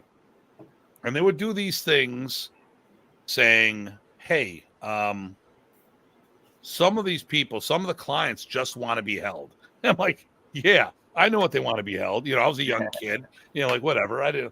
But I remember going on tour the first time and by myself. So I've always been going places, staying, but I went to Tahoe. I did like 2 days, or actually overnight, 2 nights in Lake Tahoe. I got there, got a hotel, taught at Rick Manglanong's event. The next morning, I was gone at 7 a.m, went to San Jose, met up with Jason and I. We did a seminar together. I found a hotel. I went over to the something Bay, Combatan, South Bay, I can't remember their names, but I went to Combatan, did a class there, found another hotel, and then I'm like, oh my God. And I have a cell phone, and I'm calling Janice like 2-3 times a day like I normally do. I'm like, oh my God, I get it. I do want to be held. I'm thinking, and I'm like, I need to find this place. I need to find, wait for it, a pet store, because I was going to buy a dog. Because you're not in California, you can't do the bordello thing. So, I mean, maybe you can now, but back then they didn't have it legally. So I'm like, Janice? And then Michael Harone, the son of Leo Harone, called me up and said, because they were up in Tahoe too, and he goes, my wife met you. She likes you. You can stay at my house the rest of the tour. Thank God, or I would have had a dog. So I almost bought one. Damn it, I was going to have because, I was lonely. That was a week trip, maybe 10 days at most. I could not believe it. And that's what Remy did most of the freaking year. Mm. This is a lonely guy that wanted social interaction and hated having to leave. He wanted to be one of the guys and the girls hanging out with the crew. We'd go downtown Buffalo to cigar shops or cigar bars, and we'd close bars at 4 a.m. and then get food and do stuff. And not because we're all a bunch of alcoholics. That has nothing to do with that, because I was always the designated driver. The thing was, Remy enjoyed life, and he liked being around people. All right. So, okay, here, let me get caught up here. All right. Did Remy use 1 or 2 airlines? He must have had thousands for. Yeah, he used whatever the cheapest thing at the time, because I don't know if they did frequent flyer miles down in the 80s. No, not that time. They were just starting to roll out plans, but it wasn't miles. Mark it up as an educational experience with the butthurt commentary. Right. It is a form of motivation. Yes, it is.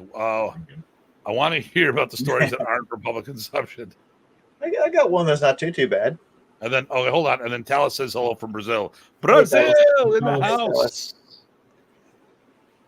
Go ahead, bro. So should I do the one that's not too bad? A little off color, but it's nothing that we all haven't done before. So like this show couldn't handle that? The show couldn't handle it. Yeah, exactly. So when we, I think I've said before about the time that we met Remy up at a Hawk had hosted him, and we crashed that seminar, and he had stopped what he was doing, gave us all big hugs and welcomed us, and it was nicely surprised, and that was really cool. Anyway, so we did that seminar. We took him back to Bryan College Station. So that seminar was up in Dallas. We drove him down to Bryan College Station, which is a 3+ hour drive from the north part of Dallas there. And then, of course, we did, he did the seminar in Texas there. It was the first time he rolled out the modern Tapi left versus right in Texas, actually. And then we drove him down to Randy Shea's in Houston afterwards and spent the whole, 3 hours there, because he's in the southeast side, or he was in the southeast side of Houston at the time. And the whole idea was to train the whole next day, all day in Randy Shea's yard, and we did. But it was just a few of us. But the funny thing is, on the way down, Remy's like, we're on the highway, right? The interstate highway. There's no, there's no exits sometimes in parts of Texas, right? You got long time to drive. And he just says, okay, pull over. You'll pull over. So he was sleeping. He was having a good time visiting, but guess what? He had the call of nature. And so we have Raymond in the car, who's a cop in Bryan at the time. So we figured it's probably okay. But we pull off to the side where there's some trees, and Remy gets out and does his thing and doesn't think anything of it, right? Because, he's used to the Philippines. We were all going, okay, well, Raymond's going to have to diffuse this. But it was funny because he didn't think anything of it. And that was the insight into the cultural connection, which I understood, right, living in Malaysia. But it was very, very eye-opening for the rest of the gang, because I'm not going to go relieve myself by the side of a very populated highway, right, where people could see you. He just didn't care. He just was facing away. Good to go. Happy camper. Very not self-confident, conscious about it at all. And that was kind of funny. So funny, a little off color. I normally don't tell that one in public, but I thought I'd share that because somebody asked. Been there, done that. Yep. It was I try funny to though. make sure that there's less cars around. Yep. Open up the door, hide, whatever. But yeah. Yep. Hey, in Germany, that's fine, right? Yep. No, it's definitely a cultural thing. Yeah.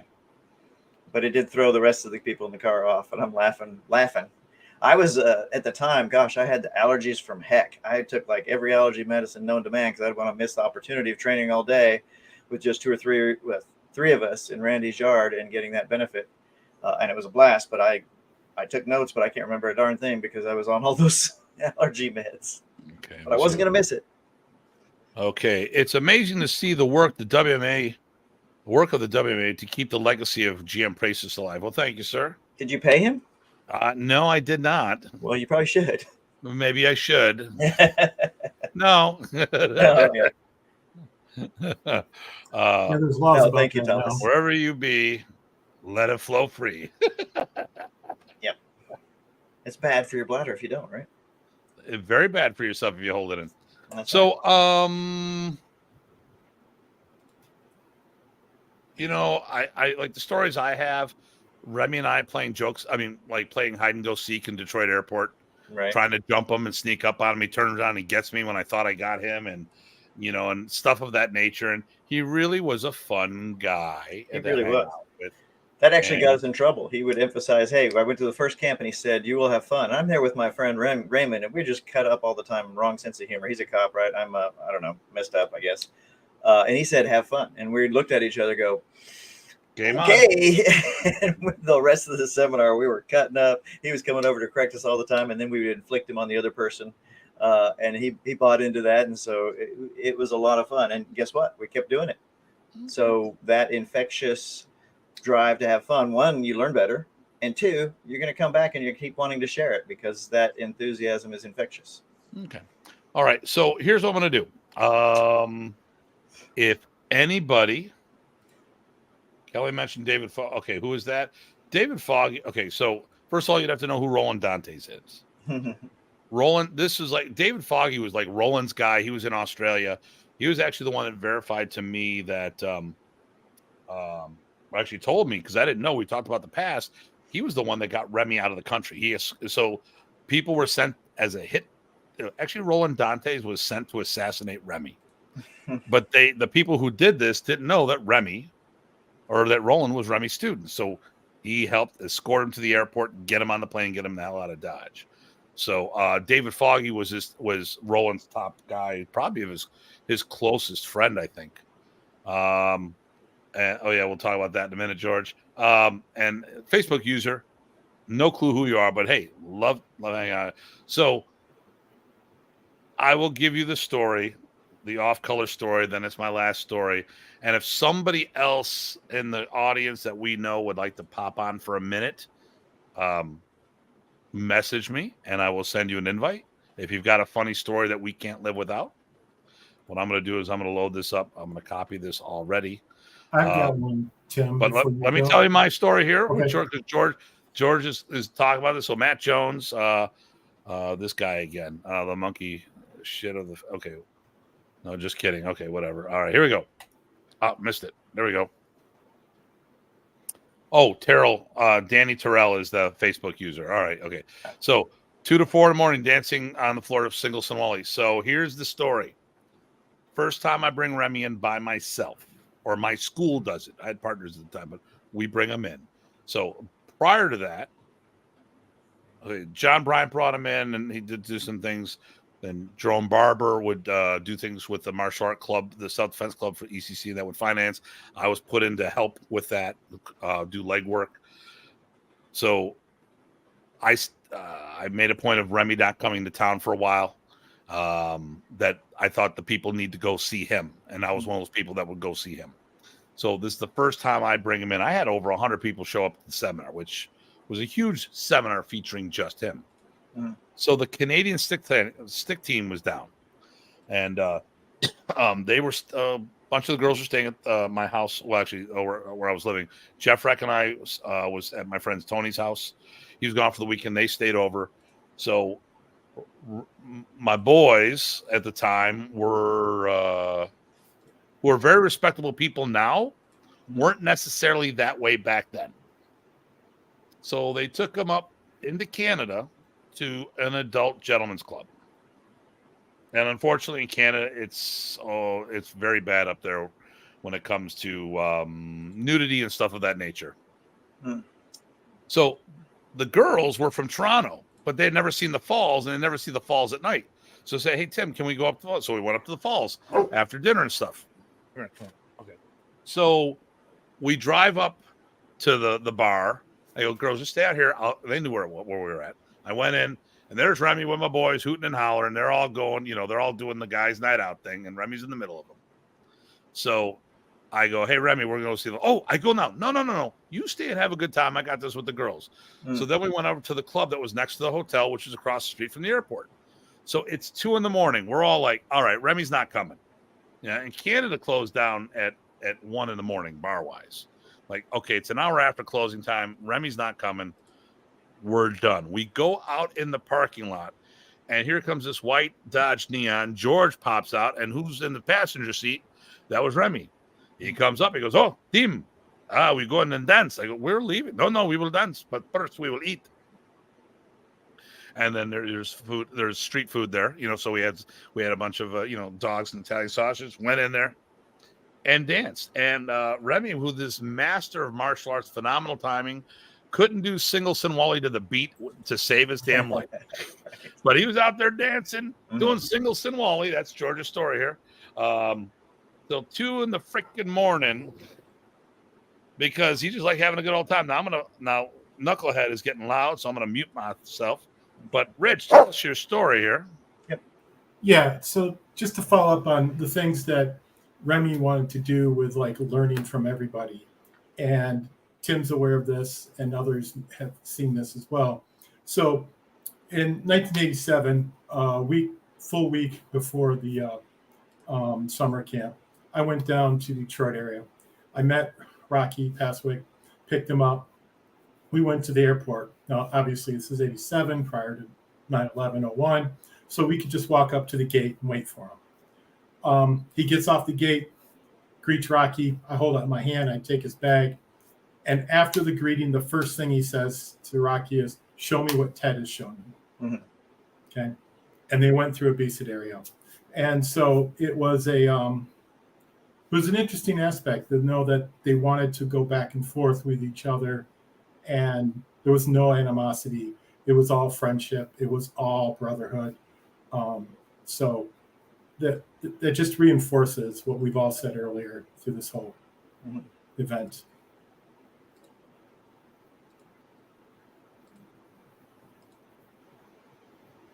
Okay, so sorry about that.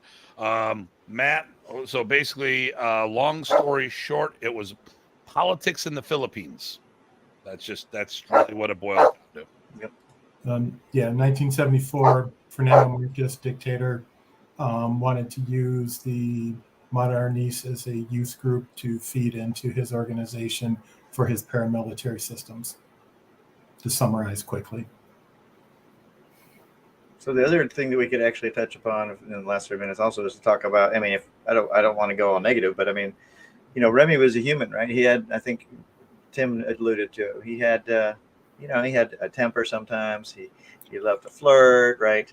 He would Yep. take things wrong sometimes, and then it would be worked out, and it was all love and hugs later.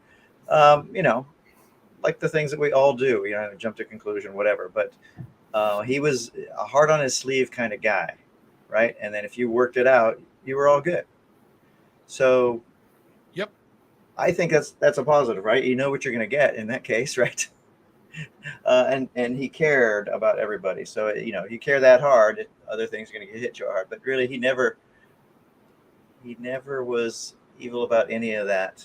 But that is sort of human side that you would share. That I think that's not all hero worship or whatever. But I think it's important to know that like everybody else, he made mistakes. He would change. He would evolve himself. Right, his whole art was evolving the whole time that he was since he came over to the States. Before he came over to the States, he kept doing that. And I know that frustrated some people, but it was his passion and it was his baby. So it's got to go through its growing pains and keep up or like what you already have. It's fine. But he's going to keep doing, molding his piece of clay. Well, listen, I'm going to talk about, the art, the Remy and arguments and stuff like that. I had one argument with him. One. Everyone tries to make it sound like there's a lot. Right. Everyone says this time that Tim did this. What did Tim do? Remy and Tim butted heads once, and within 2 months it was over and done with. Okay, simple as done. Back to where we were. It was a little misunderstanding. It was taken care of. And usually if a problem persisted, either the person was continuing to be a jerk or people around that person was stoking or were stirring the coals. I'd say a lot of stuff was not Remy. It was other people, insecurity and jealousy and people trying to position themselves, I actually heard about something that happened in a FMA event and the situation was dealt with, but the host saw another person at the event that will never be invited back continue to stir the pot after it had already been dealt with. And it was an exaggeration to begin with, So,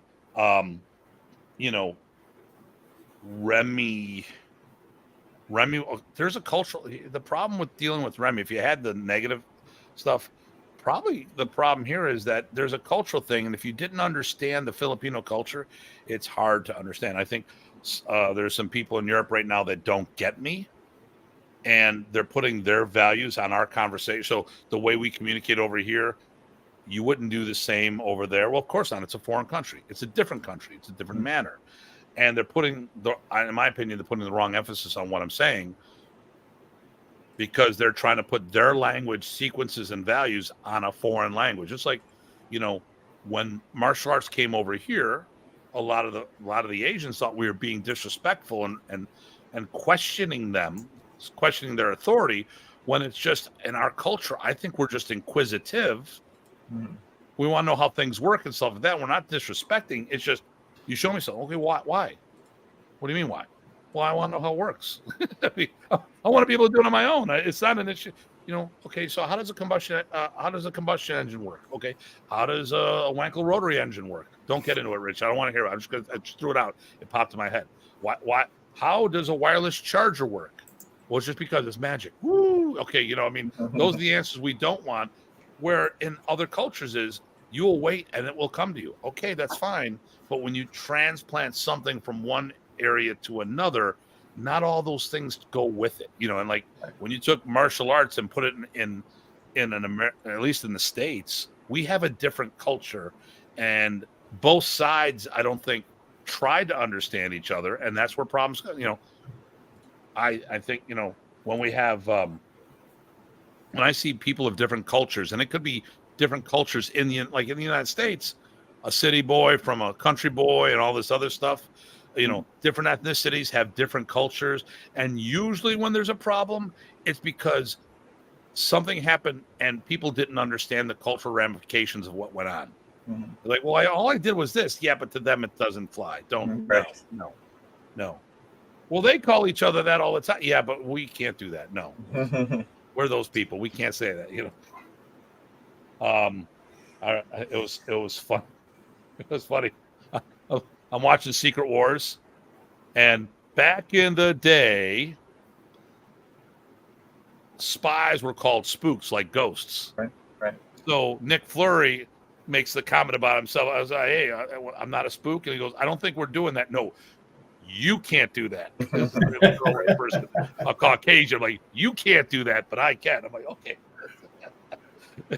But I mean, the thing here is that I think a lot of problems that we have are not necessarily about people being bad. They just don't understand, and they don't understand the repercussions. And I think that's the same about with Remy. A lot of times we didn't understand where Remy was coming from, and Remy didn't understand where we were coming from. What don't you do in Philippine culture? Like, when you want to talk to something, here's your lesson for those who don't know. Ty has a problem with me. Okay, Ty's the Filipino.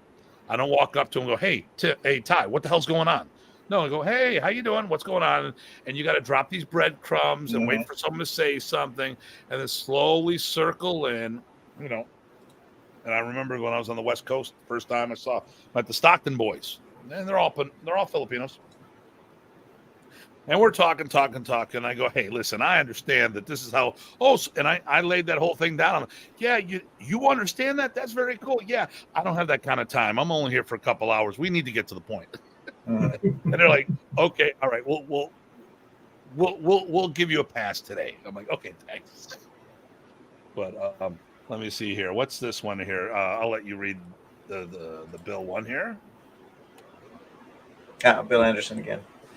Bill was a name I used to go by because my middle name's William. So there we go. That's why I'm reading all yours, Bill.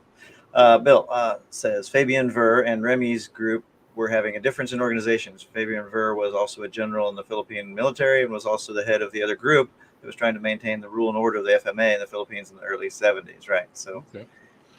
And then let me see. I'm very sad, not because somebody wanted to kill my favorite GM. I never knew that. Okay, and then right.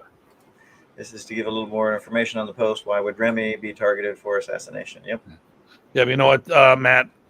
No one was able to pull it off. That's not right. that they couldn't do it. No one did it. I mean, we know Delphine Lopez was taken out, and but that's a Balintawak story. Right. Well, not a story. That's it's something that happened in Balintawak. We'll talk about that some other time. So no one reached out to me, so I have no passes to give people to let them in here. And listen, I just want to I'm going to stir the pot a little for those who haven't. There's been some stuff going on. He made the comment earlier. Dean Franco is alive and well. Dean Franco is just taking a break from social media. He and I talked last night. We talked a little before. Nobody took him out? No one took him out. I mean, maybe to dinner. No, okay. I'm going to check his account. I'm not sure.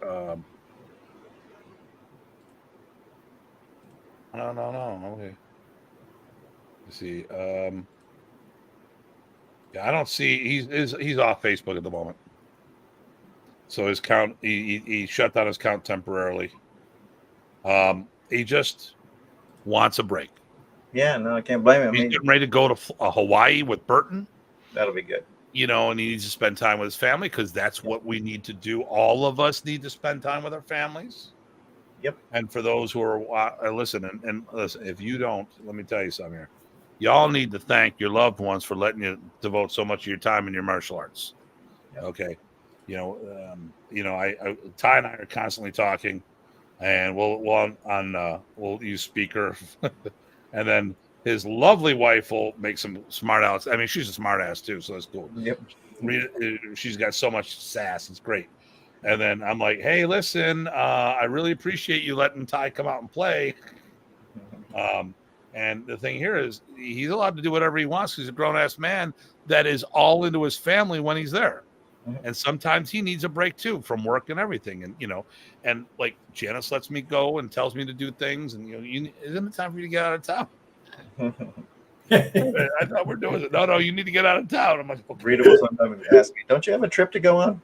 Exactly. Hey, wasn't Rich supposed to leave on Sunday and it's Wednesday? Yeah. Then you got Rich who comes over to my house on a Wednesday, supposed to go home on a Sunday, and it's almost the next following Wednesday. And Jan's like, whatever. Whatever. Feel free. We don't, you do you. I'm like, okay, whatever. Rich, you got anything coming up? Nothing for me personally, but the only thing I would add in honor of Remy, even though it wasn't preventable, but so I had some test work done today. Okay. Colonoscopy. So people get them scheduled, go do your other regular checks, go get everything checked out, do your annual physicals, find it sooner than later. They can help you do it. Then you'll be around in the martial arts and with your family so much longer. There you go. So that's how I'd like to end. All right. Ty, you got something? No. Let's see. I just did a thing up in Pennsylvania, and then you I did. don't have anything for a while. What? Yes, you did. And Pintados was there. Pintados was there. Yep. Was he supposed to be there initially? Not initially, but since he met Jeff Ramsey and they hit it off, Jeff encouraged him to be invited, and he showed up because he's trying to get out there and get his name out there and spread his art, which is a good thing, right? That helps. Helps Comiton, helps FMA overall. Yep. What? Well, yeah, but actually he's doing his Pintado, so he's not. Okay, he's doing his own family thing. Okay, got it. Well, yeah, the family and his others. Yeah. So, when is your fall thing? Fall thing. 11/11. 11 Elva.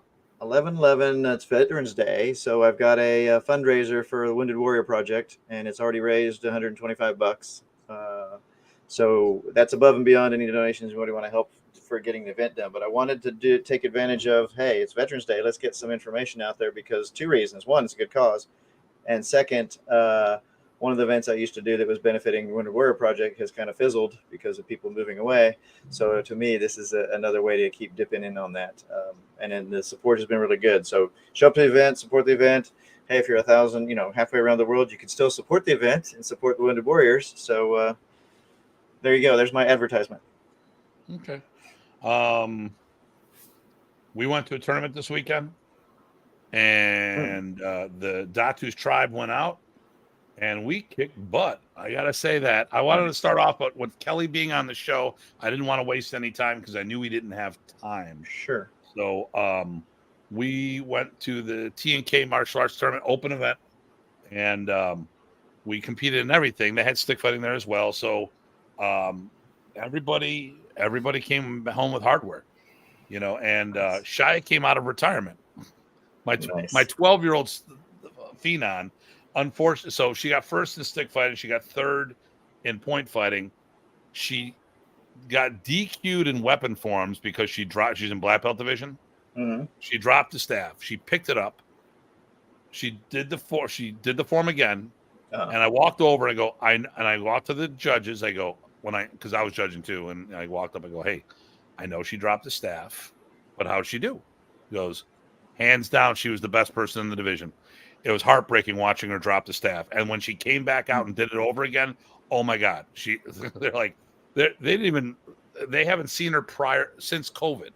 Okay. I mean, so the last time she competed was 2019. This is her first tournament in 4 years. And she didn't practice for it either. But my God, I gotta get her to slow down on her staff form because she only knows 2 speeds, go and stop. Okay. Yeah. And she's been playing soccer and she is playing 2-3 years above her age group, and she gets these breakaways and the coach is like, nah, I don't want her to do it, but I mean I can't hold her back. You got to let her go and do things. She is going to be if she sticks with this, which she's 12, she started with me when she was 3. and she just had me buy a custom staff for her, so, or order one for her. So it's waiting for her. I'm like, and you know, these are one of those kids that are going to be our ambassadors, and we need a bunch of ambassadors out there, like Ryan Monolopoulos, who's doing movies and stuff. We need those people out there to generate the interest, and then the instructors can do their job. And hopefully, she'll be one of them as well. Oh, But, no doubt. With her passion, I don't see that going too far away. She might get distracted for a little while, but yeah. Let me see here. God bless my wife. She's always supportive regarding martial arts. Yeah. Dean will be back from Hawaii around then. So, Bill, I'm. Oh, there we go. Did they give you a cigarette after the? And then I'm bouncing back to the Philippines in a month or so. Okay. Oh, nice. Hey, I was wondering if there's something. Wondering about something. Is the PG part of PG Thai? Is the PG of his FM? Yes, it's Punong Guro. That was actually a very good question. So it's Punong Guro. Guro is teacher. Punong Guro is head teacher. We generally go by teacher of teachers. You know, we use it as a master level. There's only 2 of us in Modern Race that actually had the title, although by Remy's definition, anyone who produced a student would do that. But I was the first he called that, and Marlena Hafana was the last. And when Marlena actually gave him a certificate. So appreciate the respect on this event for veterans. Deep respect for the retired veterans who are also veteran who is also a disabled vet. Okay, so okay, so I actually have the next show figured out. We've been talking about this off and on, so I'm going to pull the trigger because someone's got to do scheduling. At the end of the day, someone's got to do scheduling. That's my job. So today was, and today literally is the passing of Remy Presas. So if he affected your life, please, you know, if you see this after the show, I mean, it's you know, it's if like you're doing one or an ace, he did affect your life. You know, take a moment. You know, I you know what? If you're doing other FMA, he probably did too. Yeah. Ty is a C shot. What's this? 7th. He's a 9th. Done seventh degree. No, actually not with WMA. Yeah, he's a 9th with us. And 8th in Kung Fu. Yeah, there you go. So he's old. Yeah. So I just wanted to counter up. So definitely, I mean, like I said, this Modern Race has been my life, you know, so it's definitely changed everywhere. I literally, I would not be doing I wouldn't be here today doing this if it wasn't for Remy Presas. Guarantee you. So next weekend is Labor Day. I'm assuming we're going to pass on that one. Labor Next Day. Monday? That would be, that's probably good. Yeah, I want to do, Okay. Let's do that. Let's give people a break from us. Okay, so we're going to do the show on the 11th. Not of November, of September. Yeah. We're gonna do a show on the 11th of September. 9/11. Or 11th of September. 9/11, yeah. It is that. Oh, yeah, okay. Yeah. It's been 22 years. Sorry. Yeah. Amazing. Which puts it in perspective. Remy died on the 28th. Mm-hmm. I think my car accident was on the 5th, and then we had September 11th. Boom, boom, boom. Mm-hmm. You know, all the same year, all within 2 weeks of each other. Literally 2 weeks apart. So September 11th will be the show about the World Modern Race Alliance. We're going to know how it started, why it started, what it's done, and where it's going. Okay. And then after that, the 18th, I'm not sure. I'm flying back from San Francisco that day. But, actually, I'm catching the red eye the night before. So we'll come up with the show on that. Then the 25th, I'm not sure what we're doing there. But on October 2nd, yes, we have Renee Tungsten back on the show. Okay. And we'll be discussing the FMA Festival. Nice. Okay, and good. anything else he wants to discuss. But that's already been dialed in. And then we're going to take another week off because that's Columbus Day. And we, Ty and myself, along with others, will be coming back from Salem, Massachusetts. Another chance to see if I get burnt at the stake. Here you go. Yeah. And then we'll do some other shows. I think we're going to take this through till the 4th or the 11th of December, and then we're going to take a break. Okay. You know, we might take the whole month of December off. You know, and that's what we did last year. You know, I want to make sure we nail the last show for the season. So this is our 3rd season. I'm very excited about it, and of course, I got better organization skills on what we've done. And we might look at redoing some of the old shows. You know, just because we've had more information and stuff like that. You know. Oh yeah. Or some of the old shows that I did before you became a member of it. Right. Well, and there's still some people we'd like to get on too. So that there always Plenty of people we want to get on. So, and that being said, if you get a chance, we also now have a Instagram account, World Modern Arnis on Instagram. We started pushing stuff on that. Mm-hmm. Also, if you get a chance to go to the World Modern Arnis website, you can go wmarnis.com or worldmodernarnis.com. Both will show up. I'm going to just share a little thing here. So my whole screen went crazy. Okay. If you come up here to the left, these were our blog posts are right on the first page. Today's topic was reflecting on Remy. Mm-hmm. Last week we did a feature thing on Robert Guido, who said hello today. Yep. We did the calling when I was teaching in England. We also had Talus, who was on it as well.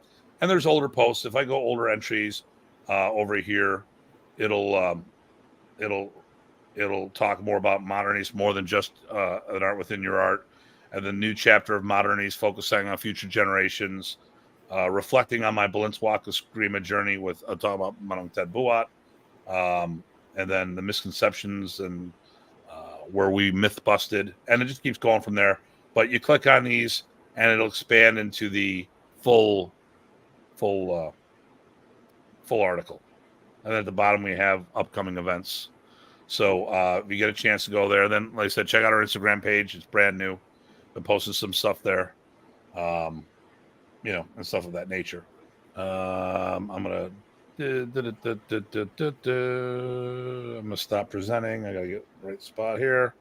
And when are you coming on again, Rich? You can join us probably anytime. I'm going to speak. Tim didn't say this, but you know what? I think anytime you want to come on to talk, you're certainly welcome. From my point of view. Well, since I'm not talking to Ty anymore. Screw you, Ty. That's right. Threw him under the bus. I'm Dean's backup, so there you go. And I like that Dean will spell me every once in a while. I can get an extra break in there when he's getting. Okay, was that? Okay, great show from Bill. Thanks, Bill. And Wizza, awesome chat, guys. I'll watch the rest later. Gotta go. And we're wrapping up now, anyways. Ryan, hey guys, thanks for sharing memories. Have a great night. Bill Anderson, my birthday is on the 25th. What is my present going to be? Man, you sound like every person who, you sound like all those sexy girls that send me these WhatsApp things. Hey, I accidentally messaged you. Do you want to be my friend? And they send a picture. I'm like, you're a model. You don't want an ugly old guy. And then sooner or later, it always goes to the same thing. Hey, tomorrow's my birthday. What are you sending me? And Jason, here we go. Sorry. We were training modern Arnis in class, though with Professor was on my mind. There we go. And night gentlemen from Mr. Wolf and Kurt. Thanks for the stories, gents. I'm glad everyone liked it. I'm trying to become less ranty. So for those who are reading the transcripts, make sure you listen to what we said audibly so you get it in the right context. But at the end of the day, here's my rant. If you got it right, I wouldn't have to correct you. And that's it. There's my comment. I will be thinking of you gents while I'm in the PI. We'll be thinking of you, brother man. Thank you, So, Yep. Safe travels. okay. Wait a minute. Oh, okay. Yeah. I was like, wait a minute. What's Ty saying? Okay. So here we go. This guy, Tye Botting, just signed in with his, look at that chapeau he's got. That's a really nice hat he's wearing there. But here's the link for the Wounded Warrior Project. And we'll check things out there. And Datu Randy. Nah. Do I make you Randy?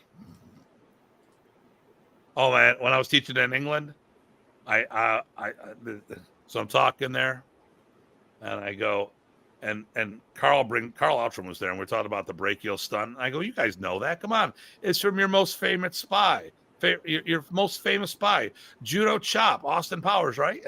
Yep. They're like, stop it, stop right there. I go, dude, I'm a Whovian. Okay, we'll give you a pass, but. Do I make you Ferrande? Probably doing that crappy, but that's okay. All right, listen, I've got nothing else. Rich, hold on. We'll talk in the post show, the debrief. I'm gonna remove you for a moment. Yeah, I'll add one last thing. Bill, message me who you're training with and what bag. Just curious. Okay, there we go. Yeah, message him directly on that. Okay, so listen, always a pleasure. We had like 25 people on average watching the whole time. How much? 25. Nice. Yeah. Thanks, everyone. Yeah. And that's just stuff that can be tracked. You know, who knows? Yeah, We're tracing you. We're tracing you. The next week, 0 people show up. That's right, exactly. Oh no, we're not the FBI. And listen, I like my bottle collection, Renee. You can go fly back to Helsinki. There you go. So land of my people. Yeah, there we go. So I'm flying out to Sacramento for the gathering shortly, and I'm going to do some seminars while I'm out there in addition. And then we have our World Modernist Alliance camp at the end of the month. So Yes. It is. So just so everyone knows, we were supposed to do our camp on the 15th of September. And so for those who were like, well, what happened? Because I saw the date, because some people asked me about it. Bruce Shutnick, I always go to his event. He moved it from the holiday week. It was always Columbus Day weekend. I'm like, do you have to do a Columbus Day weekend? So what's he do? He moved it to the middle of September when I had my camp. So I moved it. So it's the last weekend. It is the 29th of September to October 1st. And then the following weekend, Ty and I, along with others, will be in Salem, Massachusetts. So to see if I actually burn or float. So it all depends on which one we're going to. It's a witch. Put it in the water. If it floats, it's a witch. He goes on fire. Well, then he's just flammable. So, all right. Always a pleasure, my friend. Any closing words? I got nothing. Everyone, just a moment of thought for Remy, and enjoy any connection you might have with Modern East, even if you just heard about it and you were interested enough to be here. Think about him for a second. Hey, listen, even if he just inspired you. Yep. Because Remy inspired a lot of people. A lot of people ended up in other arts because modern wasn't there. Yep. So they sought out things, and he inspired people to do Filipino martial arts. Once again, a rising ship or a rising tide raises all ships. All right. And hold on. 2 more comments here. Charbo steak. Charbroil at the steak. Yes, charbroil at the steak. I had to think about it for a moment. And then what else do we burn apart from toxics? Unfortunately, I won't be able to attend the camp next month, but I'm sure we'll have a great. Yep, it'll be awesome. And then Talis is putting together a Balintawak camp for me to teach down in Brazil. Excellent. So Did you mention what that instructor development camp is about? I forget. we are going to be focusing on Panantukan a lot, because we're going to be and we are doing the next of the virtual classes, virtual seminars, the hybrid seminars during the camp. So those who attend the camp normally will not have to pay extra for that session. You'll get that. You get the digital download. But I'm trying to do my best to make sure everything works out. Yeah. Dots will be back in Brazil again next year. Yo. Brazil's letting me in. I don't know what the hell's wrong with them. I mean, I'm honored to be asked back. Yeah. All right. Listen, everybody, stay safe and stay sane. This is Datu Tim, PG Ty. Everyone, take care. Thanks again for a good show. and See you thanks guys. for Thanks. spending it. Yeah. All right. Ciao.